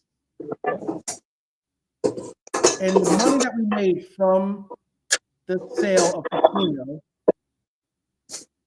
made from the sale of Coutinho, was such a difference maker that we created two players creating positions for two players on our team that have become the spine and nucleus of our club and our success. If you want to be a big-time club, you act like a big-time club. That's where it gets to. And unfortunately, if you're not careful, you're about to have one of the messiest divorces in football history. And that's a shame. Because Newcastle has a real history behind it. A real history. But off my soapbox and back down. True, bro. I want to answer Reelis and Gerard's thing. I think a question about my score prediction. I reckon we're going to win 3-1 maybe. I'll be happy with the 3-1. Clean sheet, of course, but as long as we get the 3 points, I think at the start of the season, as long as we get the points on the board, but I'll be happy with the 3-1 tomorrow.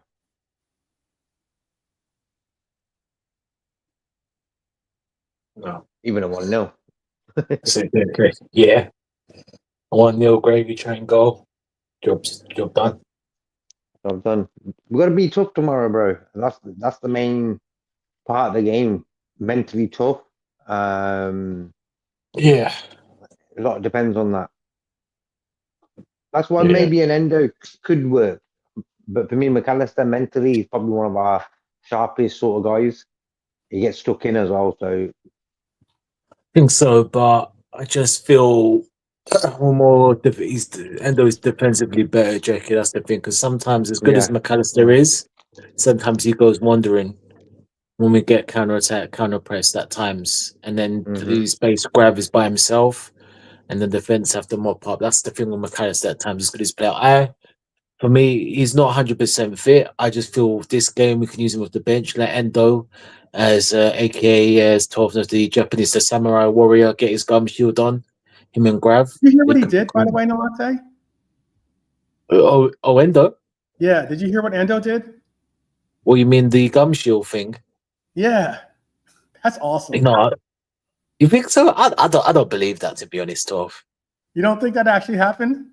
Nah, I don't think that happened. Nah, that's just someone trying to be funny. I think if it happened, that's awesome. What we're talking about, people, is apparently there was a report that before this game, Endo handed out gum shields or mouthpieces, however, whatever you reference them as.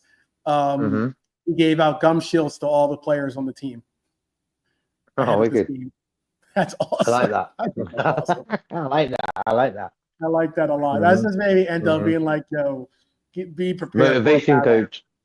Motivation coach. Endo. Yeah. That's what he is.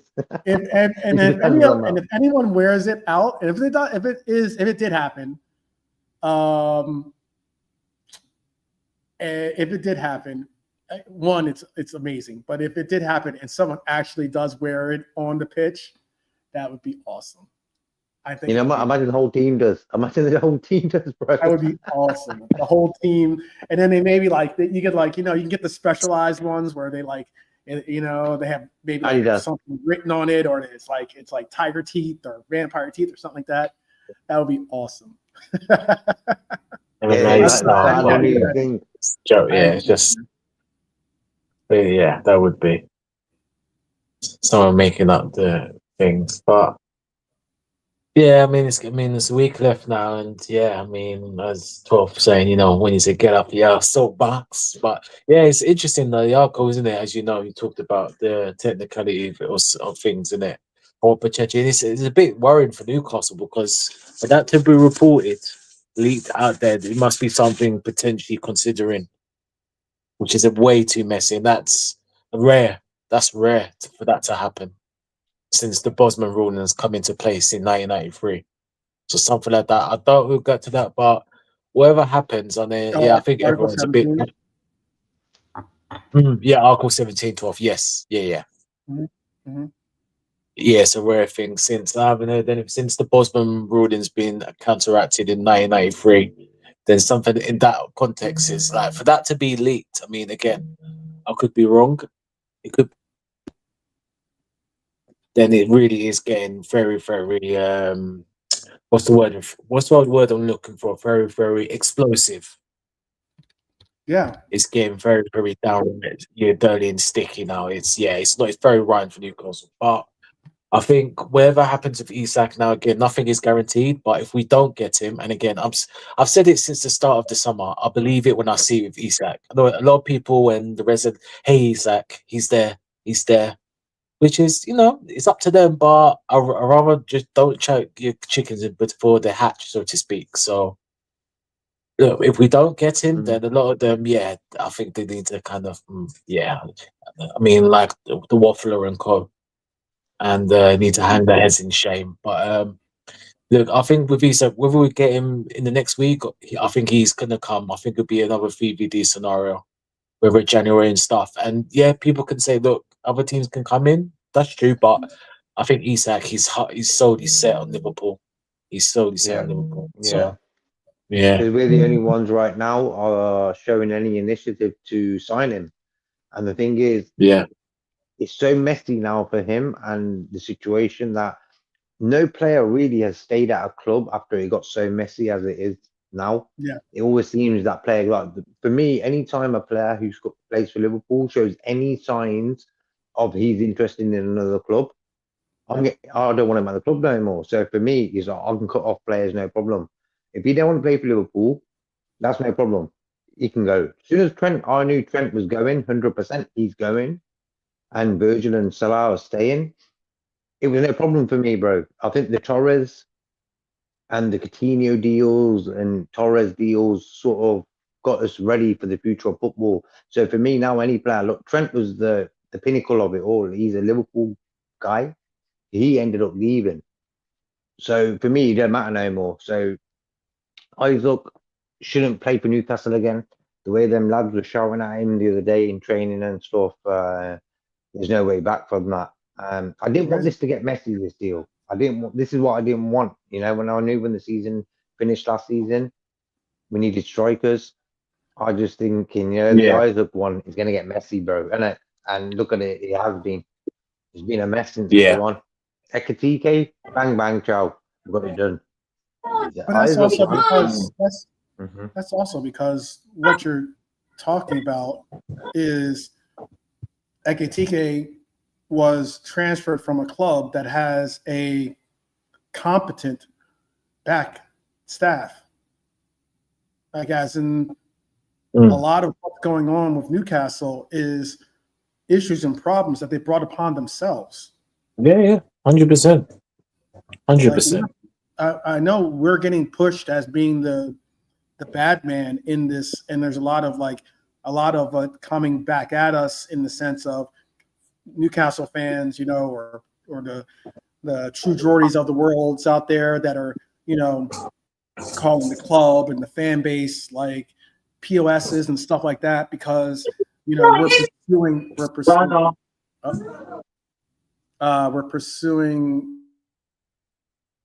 the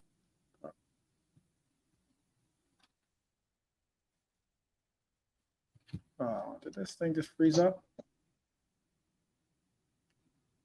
I think I just froze. Hopefully you can. I don't even know if you can hear me or not. Yeah, I can hear you, bro. Okay. It just came back.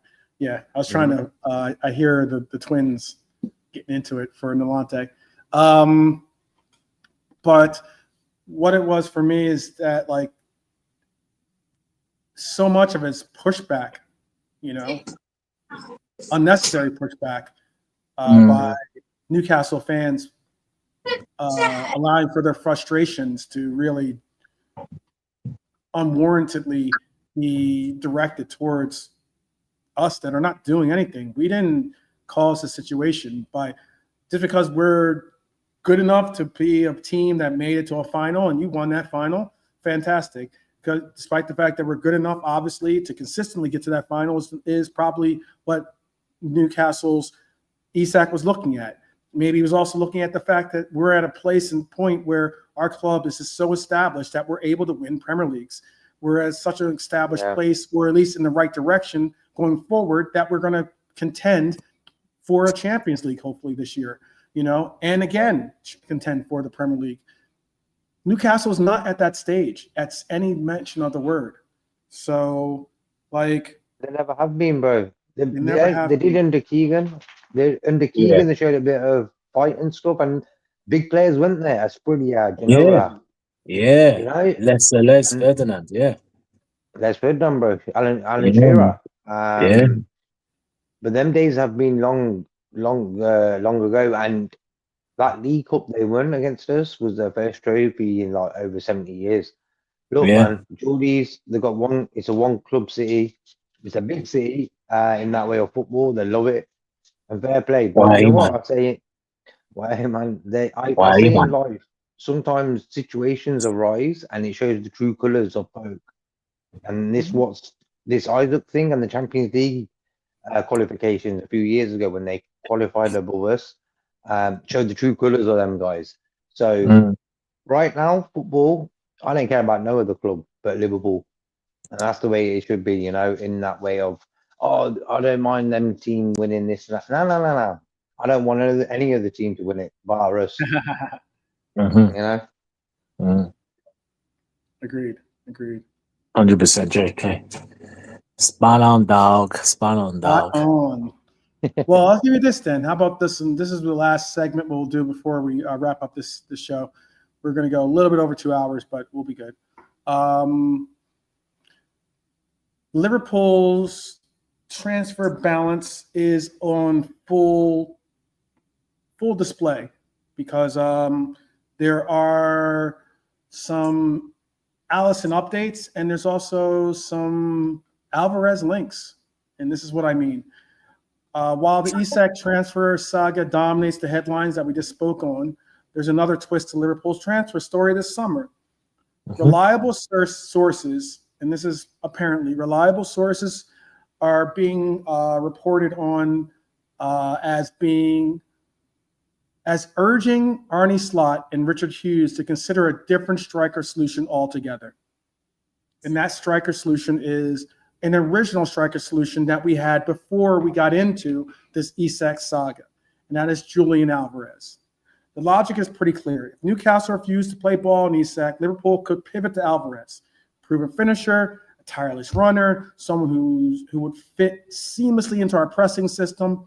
He's got that versatility to play across the front line, along with Salah, Cody, Hugo, and Chiesa already firing. Adding a player of Alvarez's profile could be a smart term move for all of us, and him included, as well as Atletico Madrid, because the bigger picture of the Liverpool summer this summer has been We've had massive arrivals: Florian Wirtz, Frimpong, Kirkes, Ekitike, Marmardashvili. And more so than not, we've had massive exits, meaning Diaz, Nunez, Alexander-Arnold. That's a squad very much reshaping under Slot and having the gel like we spoke on earlier. But then come back to what I just said about Alvarez. Alvarez has been vocal about the fact that his move to La Liga, and especially his move to play for Simeone, has been a bad choice. And that's where it gets into, okay, maybe if you are disgruntled, maybe you'd like a move back to a league that you've done well in, back to a team that was in for you before, that you were open to moving to, but the primary reason why you didn't was because your club at the time asked for too much compensation. They wanted Lucho and cash to make the deal happen. And now there's even reports that Alisson Becker is trying to be, again, romanced to Saudi Arabia. There's Al Nassr is apparently a club that's really, really looking forward to seeing if he would be open to making the move. I don't think so. I spoke about the leadership thing that Alisson's been stepping up on this year especially. But there's reports out of France that have claimed our number one has been tempted by Saudi Arabia's challenge. The cost of it would be £67 million for the goalkeeper. He's obviously been the bedrock of our success, a player that we got by making our Isak deal, obviously a la Coutinho. And if you ask me, losing him would be major, major damage control. Marmardashvili is a good goalkeeper, but that would be a lot to put on his shoulders to have to step in being our number one goalkeeper going forward. Thankfully, there's a Sam Cohen that is reported as of today that a move this summer is almost impossible. Ali is expected to stay despite the interest. It's a huge sigh of relief for a lot of us, but it opens up the fact that maybe, and this is just maybe, we might have to prepare for Ali moving on next summer. That's being the word out there. So what are your thoughts on us maybe pivoting? I'll ask that of JK. Your mic is open. JK, what are your thoughts on us maybe just giving up on this saga? If after Monday we don't get a deal over the line and Newcastle has dug their heels into the sand even more so, could you see yourself saying, you know what, I'm done? Let's go. And especially if we have the option of making a move for Alvarez, would you make that move? I've heard in the last days that Alvarez is not really happy there, this, that, and the other. A few months ago, I heard that he didn't like the weather in England. So who can you believe, you know what I mean? I don't know why don't he like it in Madrid? Beautiful stadium, like rampant fans, good team, good manager. So I don't understand, like, what's this all about then? Doesn't he think that his team's good enough to compete with Real Madrid and Barcelona? That could be in the equation. He knows with Liverpool, yep, they won the Premier League just now. They're going to fight against City, Arsenal, whatever. So you don't know who to believe, bro. With the Isak thing, I think too many things have happened in the last months that he can't go back there, if you know what I mean. It's either us or bust. Alvarez, top player, bro. I've seen a finish he did the other day in the first league game for him. What a goal. He's a top player. But that's another messy one as well, bro. And then the easy signing, like we can just ring him up tomorrow and he's coming in on Wednesday. You know what I mean? It ain't one of them ones as well. So the two guys we really sort of would want are very sort of locked in their club, even though they probably don't want to play there. So that's the situation we're looking at with probably both of them guys. They're both top players. They're going to be top fees, over 100 million for both of them, whatever. But the complications to get them both signed are very hard, and that's the thing, bro. I think getting Ekatike in by us was a really smart sort of move. With Jota leaving, Darwin, Diaz, we got Ekatike in quietly and quickly because it would have been imagine we didn't get Ekatike in, and we were still waiting for Isak to come in, bro. It would have been horrible. So thank God we sort of got Ekatike in. And now we really got to add to that. Rodrigo, someone wrote in the chat earlier about Saudi for Rodrigo. So, you know, like every day the story changes, bro. I'm just saying like this, what Delante said. I'm waiting for the guy to hold a shirt in his hand in Liverpool at the training ground. Then we can talk about where he's going to play in the pitch. But it's been a weird transfer window. It's been a weird one. Okay. I know that they signed him for like 83 million. Obviously, they're going to want something around that number, if not more. And that's 83 million pounds is what they signed him for. I see. And this is just me speaking from a IDK. I don't know. I don't know person or something, just, you know, to speak from rather than ITK. Someone from just speaking from my own perspective is that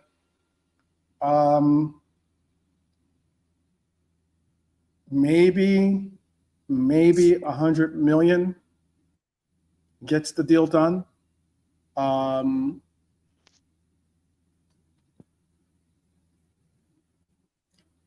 You know, if that is the case, it could be a case, especially if this circumstances start to unwind to the point where we're not going to be able to get Isak no matter what we try or no matter whatever he tries to do. And maybe he has to do the Article 17 or something like that, or maybe he has to continue to push and refuse to play all year. And then obviously Sweden isn't going to not utilize him as a player for their club. Maybe they just, you know, maybe he starts training with the back home in Sweden or something. But the point is, maybe we can wait it out. We'll bring in Alvarez now, wait it out, and make Isak our big expenditure next summer.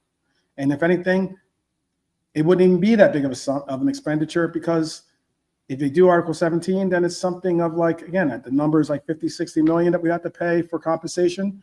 That's nothing. That's peanuts to what the 150 that they're asking for. So it'd be very interesting to see if we well, could for me, bro, happen. they've wasted time. They should have just got the 150 million in straight away. As soon as, actually not 150. I'll be happy with 130. I think 150 is a bit too much. But they should have just took it and brought some guys in.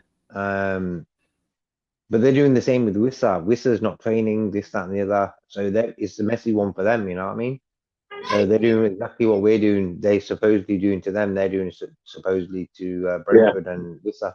So it's a bit of a weird one, bro. You know? I always say this in football, bro. Football is a job. I understand that. But it's the person doing the job has a soul. And his soul's telling him, it could be financial reasons, it could be career reasons, that he don't want to stay there no more. And it's like having a girlfriend or a boyfriend or whatever it is, that you're in a relationship with them and they don't really want to be there. It's not great, is it? So it's like a footballer. You don't want a footballer who don't want to be there. It's not great for the other players. It's not great for the club. It's not great. And it's crazy money, Trap Joe. Crazy money. 150 million is just fucking stupid. It's just that's too much. 150 million I mean- is ridiculous. That's I think that truthfully, and this is something that's been said. I'm trying to think of who said this actual statement. It was by a former player, but he was basically going on about he's like he doesn't think he believes that even Isak is looking at the number that they're trying to put on his head, 150 million, and he's like, I don't even think I'm worth 150 million.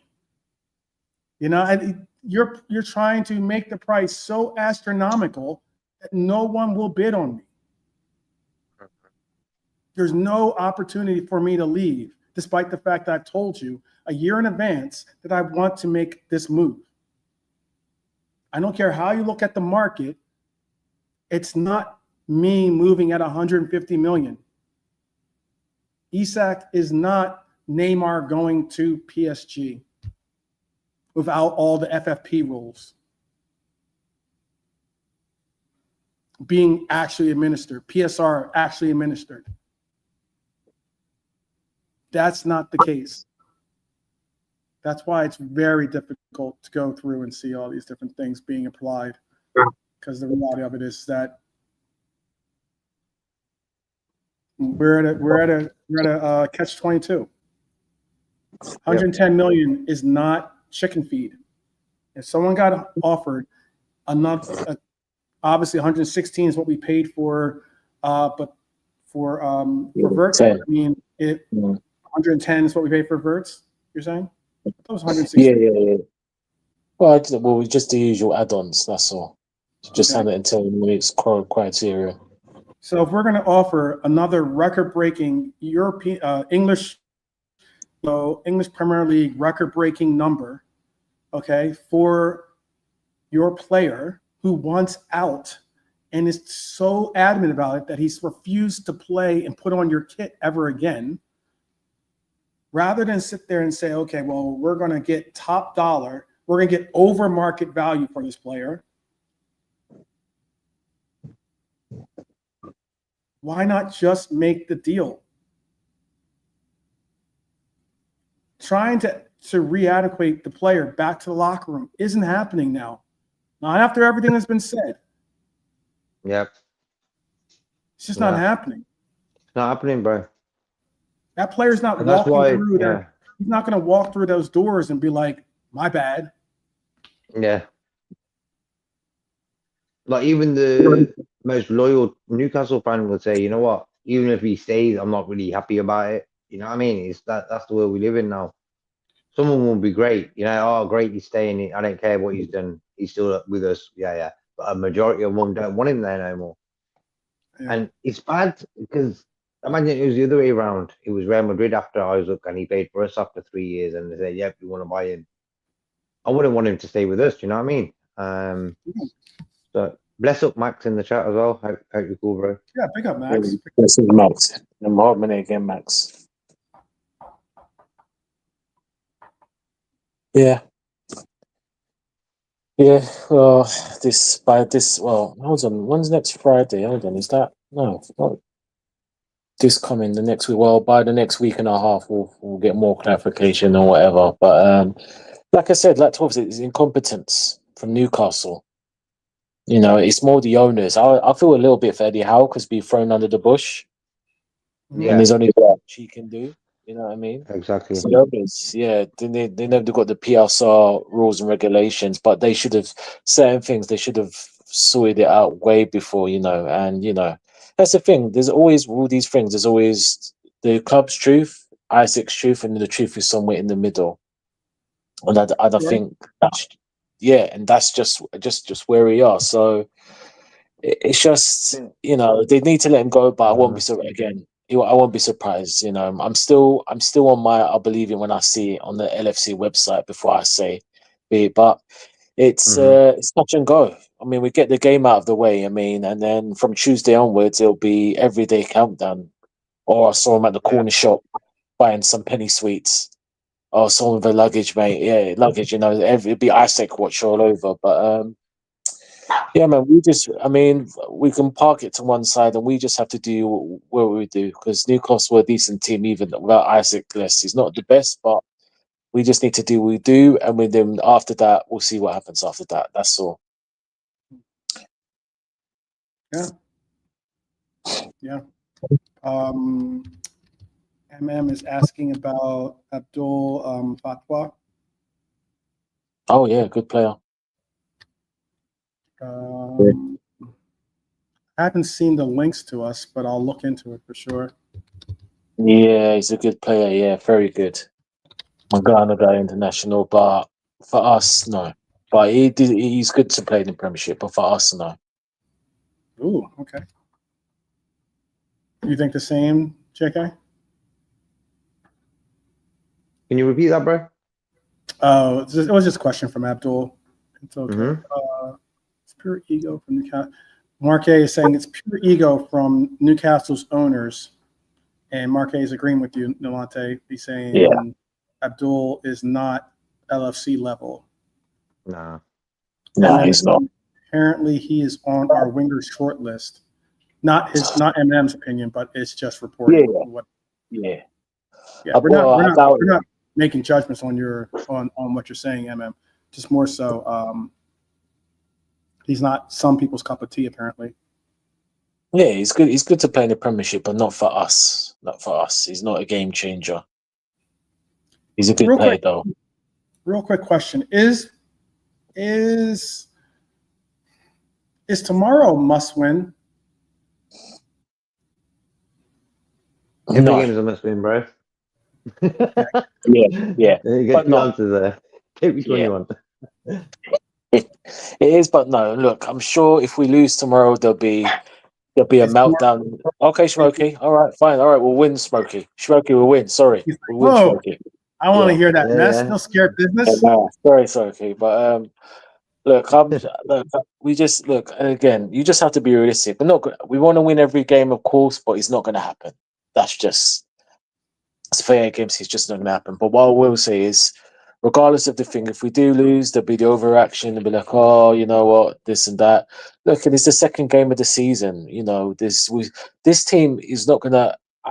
You know what? I don't even think, maybe not even this season, you see the best of this team, this new look team, maybe more next season. But there's a lot of components that have to be. Yeah, exactly. I've read armchair. There's a lot of components. We're still building as a team, and if we get the 2 deals done, that's another thing you have to integrate. So, yeah, but it's not the end of the world. That's the thing, isn't it? If we lose, yes, he's not going to be great, but it's not the end of the world. It's not like we're 9 points behind and there's 5 games to go. It won't be great, but there's still a whole lot of football to play. Just remember, guys, it's game 2. That's all I'm saying. It's game 2. Game three is Arsenal. Mm-hmm. Mm-hmm. Yeah. So bro. If we lose, I would rather go into. I would rather go into that Arsenal game with a win than having a draw on our heads. Considering that Arsenal are going out to went out to a pitch. You know, they went out to Old Toilet and got their win one way or another. I know, but you have to look at it 12 is regardless. Again, it's only 2 games in this, and I get what you're saying, but it's only the 3 games. There's a lot of twists and turns. All of us know this. This is Premier League football. There's no way Arsenal going to win every game. That's just not a guarantee. But you know, I mean, again, I know if we're going to lose a game, I'd rather lose to Newcastle than Arsenal at home. Believe me. I would rather us beat Arsenal if we're going to lose. We lose to Newcastle. But that being said, we just have to take the tomorrow. What will be tomorrow. And I know there'll be overreaction if we lose or we draw or anger. But at the end of the day, we're still growing, and this team has still got a lot to learn, a lot to burn. That's all I'm saying. So yeah, we just have to see what happens, whatever plans out. You know. Mm-hmm. All right. Some are in agreement, some are not. It's a mixed win for me, bro. Mm-hmm. Because even for Smokey, Smokey, we all know Smokey's answer to it. Yeah, he don't take no draws or defeats. Shut it, He's Smokey. like, Got it. yeah. Because I'm always say early on in the season, I want our name at the top of the league so other teams get scared. Mm. Mm-hmm. Okay. Makes sense. Yeah, I don't want to lose any traction early in the year. I know we saw obviously City lose to at home. Spurs. That was big. You know, we saw United eke out a win at Old Toilet and then absolutely disgrace Leeds at home.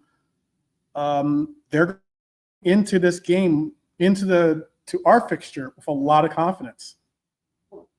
Albeit depending, it definitely has some factors of whether Saka or Odegaard are healthy enough to make them the travel to Liverpool, but I still think that they are going to be confident, hopefully overconfident, in going to Anfield and getting a result, because we have to get a result against Arsenal, I think, at Anfield. And getting a result, but from getting a win is going to make a real difference in separating, at least giving us some breathing room to find our gel, our working pattern with the club and getting everything on the right page. At least that's from my perspective. So I definitely think it's important for us to win. I want to actually embarrass Newcastle. Oh shit, Smokey's on fire. Yeah, me and Smokey. That's because Smokey's texting me. I mean, like, Every I'm time with you, Smokey. I want to embarrass Newcastle. He's on fire. He's like, no, man, I had enough of these Geordies. Yeah. He's You're scared, he get don't a want dog. no. Mm-hmm. Smokey wants to Smokey's like- smoke. No pun intended. Mhm. He wants to win tomorrow, bro. He knows it's a big game. Yeah. That's why I said earlier on in the show, I hope our players are up for it, because we lost to these guys in the League Cup final as well. So I hope the guys are thinking, you know what, we want to win tomorrow. Yeah. Mhm. Mhm. It's gonna be interesting. It's gonna be very interesting because there's so many, like, I'm not doing a watch along personally because I said I was going to most likely go down to my local pub Sure. to watch it with some of my fellow Reds. Nice. Get Barrow on the blower. Yeah. I'm hoping that my Liverpool kit that I just ordered. I ordered all the Liverpool kits for this year. I actually bought a couple extra ones. Yeah. So hopefully they'll be delivered tomorrow. They're supposed to be delivered this weekend, but I'm still waiting on it. So hopefully that I'm gonna have to wear my back. Okay, fair enough. You know, Which one do you like the most, the red or the other one? The red or the white one, or whatever it's called, cream or whatever that color was called. Yeah, everyone's yeah.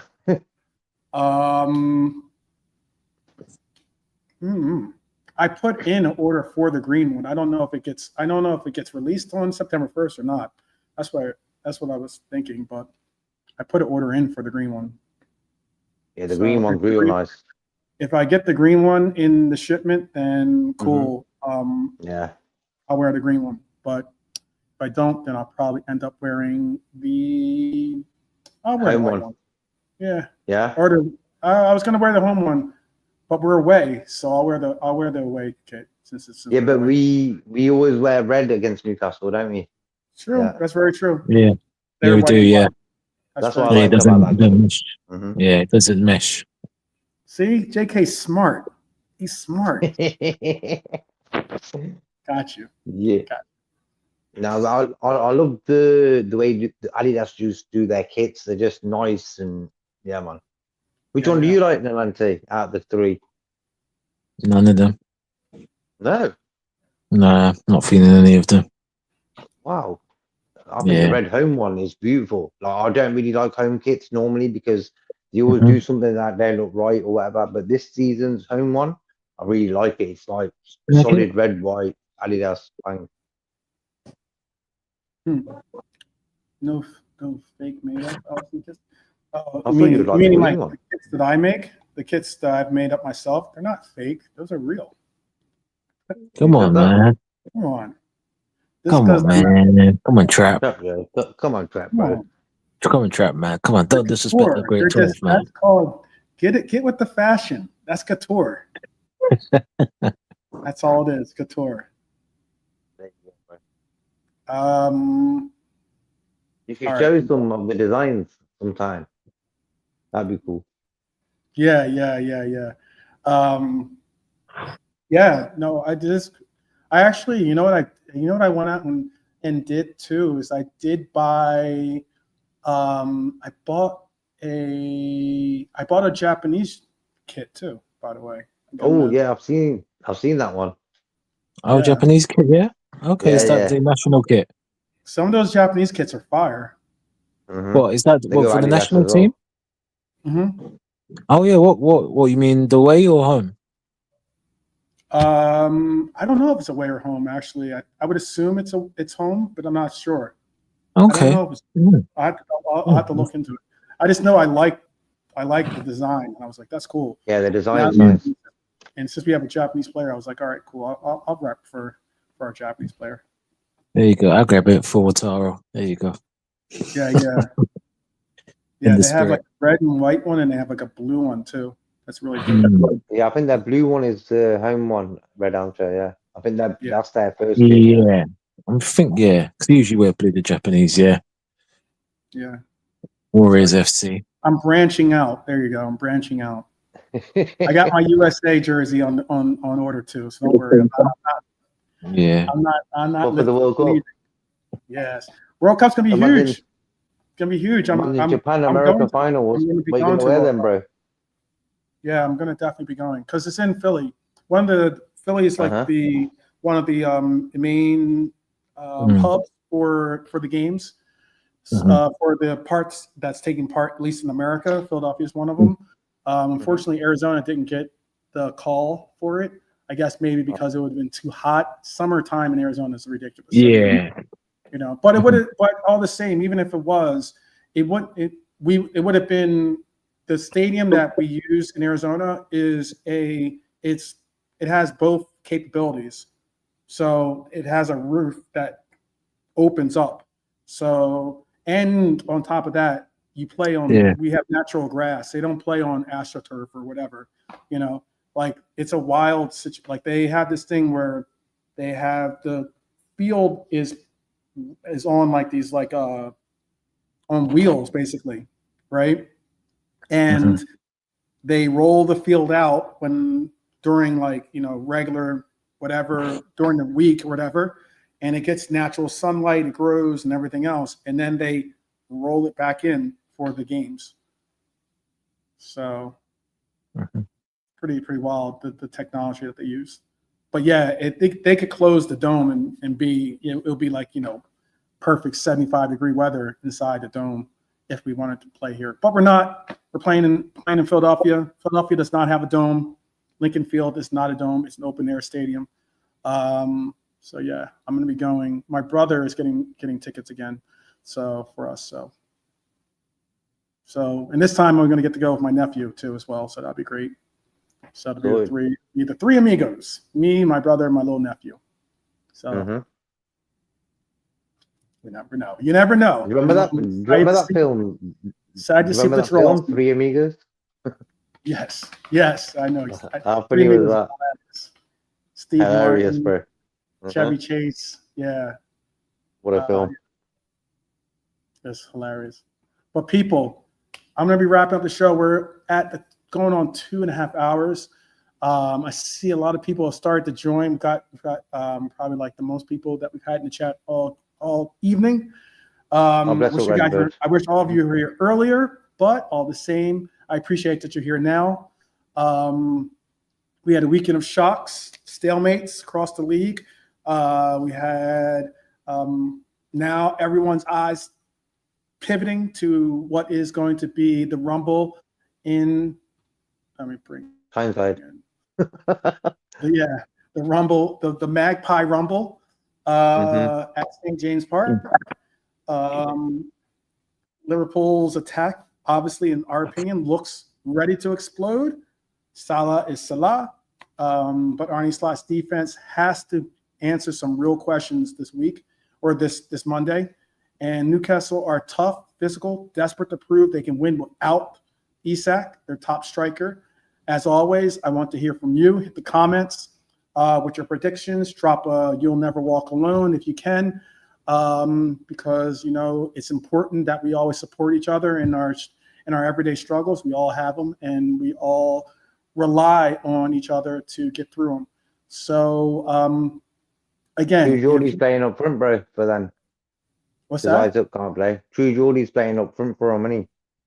Yeah. He's got a starting spot, bro. He's talked so much. He's the hook. Bring him in. Me ain't got Isak. We'll just let him play. Yeah. Very true. There you go. Very true. So, Tell me where you're going to be tomorrow. Res Roll Call is going to be tomorrow. We're going to do just a somewhat of a shorter session of Res Roll Call. We're not going to go right up to kickoff, but we're going to definitely get a roll call in because I'm going to have to try my best. I'm going to hit up someone in the club to hopefully hold down my seat at the pub. But otherwise, I'm going to hopefully be able to get there and not have to stand and watch the game like sometimes, because that's how it gets. It gets packed at where I go watch the games, to the point where it's like sometimes standing room only. Like they have to open up. We have a patio and they have like a second bar that's only opened when it's like baseball games and stuff, because we're right across the street from the baseball park.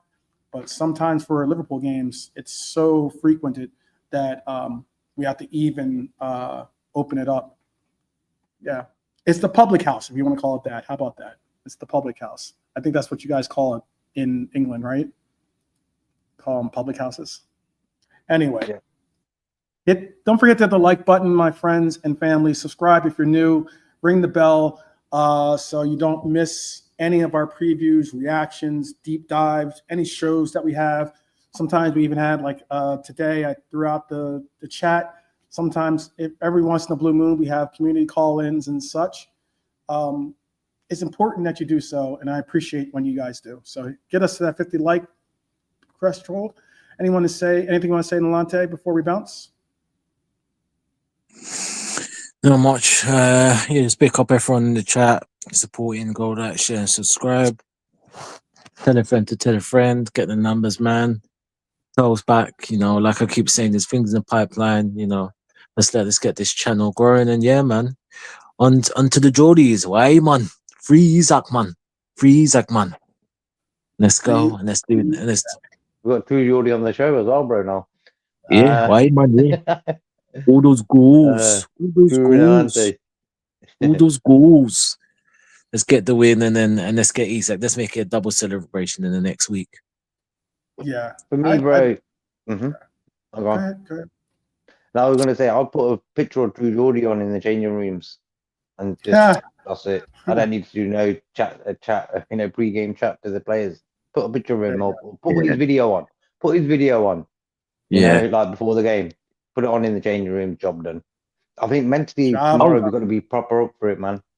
Yeah. 100% JK. Sorry, before you could just wrap up the show, I'm just going to say 12 briefly in the group chat. This stuff, from the waffler about Diogo telling us the fans need to stop chatting is a load of crap. It's a load of crap, and that's very disrespectful to Liverpool fans. Who is the waffler telling about fans we should stop because of other fans? No, we will chant Diogo's name non-stop every day and every day. He's he's been gone. So for him to say that is disrespectful. And True Geordie, like people, it's like you got your own the waffler who's supposed to be a red saying we should stop chanting Diogo's name. Absolutely disgraceful, man. I mean, these are the people we need to be out. I mean, we expect it from True Geordie because he's so thick. he can't get his words out properly and understand what he's saying, which Terry from the Football Terrace, if you go and watch that guy, has pulled him up on it, which I respect that. And he's a Man United fan.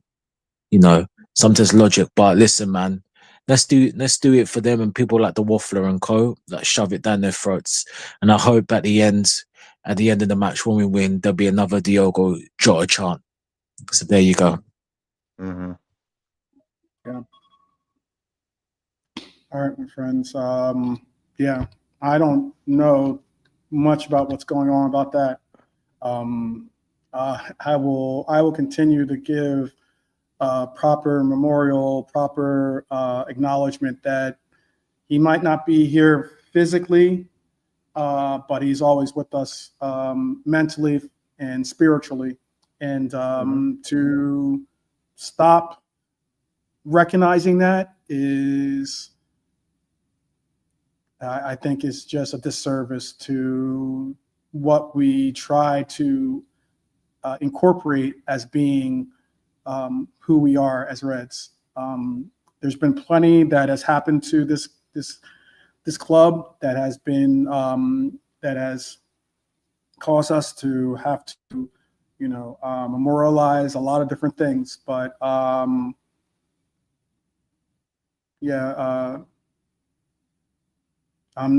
there's no limit on showing true remembrance of someone that means something to you. And if others tell you to pipe down, or they start telling you that you're this or you're that, let them do whatever they need to do. It doesn't mean that I got to stop. So I'm going to continue making sure that the world knows that we love and care for Jota. We have love and caring for his family and friends, and he will always be a Red in my eyes. So, yeah, man. I think about Jota every day, bro. Their own opinions, but that's my opinion. Yeah, I think about Jota every day, bro. In a good way, like he just comes across in my mind or whatever. He's part of the club, bro. If you cannot remember him, yeah, you're not a human, bro. Like, come on, our mind's big enough to make money, to find your perfect partner, to do this. If you can't think about them sort of things, it's like, come on, human nature, man.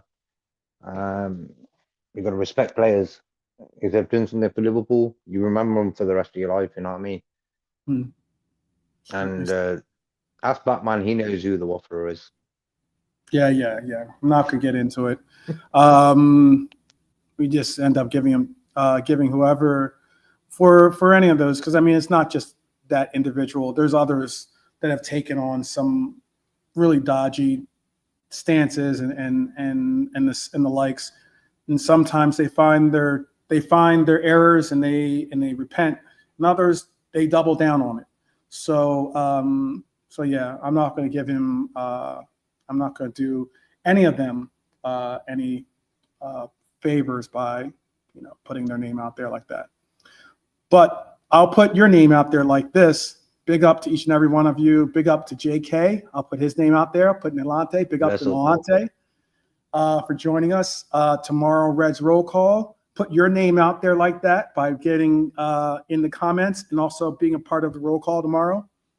And until tomorrow, let's continue to walk proud and understand that as Reds, we will never back down. So, big up. Big up to the chat as well. Big up as well. And Trap Joe's in Cali, bro. I didn't know Trap Joe's in Cali, so he watches it pretty early as well. Yeah. Trap Joe's up in the area. There you go. Oh, sorry, man. There's quite a few American. He's up American in the Bay. Liverpool fans out there. Yeah. Oh yeah, sure. The Bay is incredible. San Francisco, Oakland, all amazing places. But yeah, people, up the Reds each and every time, my friends. Definitely take care. I will get up with you tomorrow. Until then, take care, be here. Yep. Take care.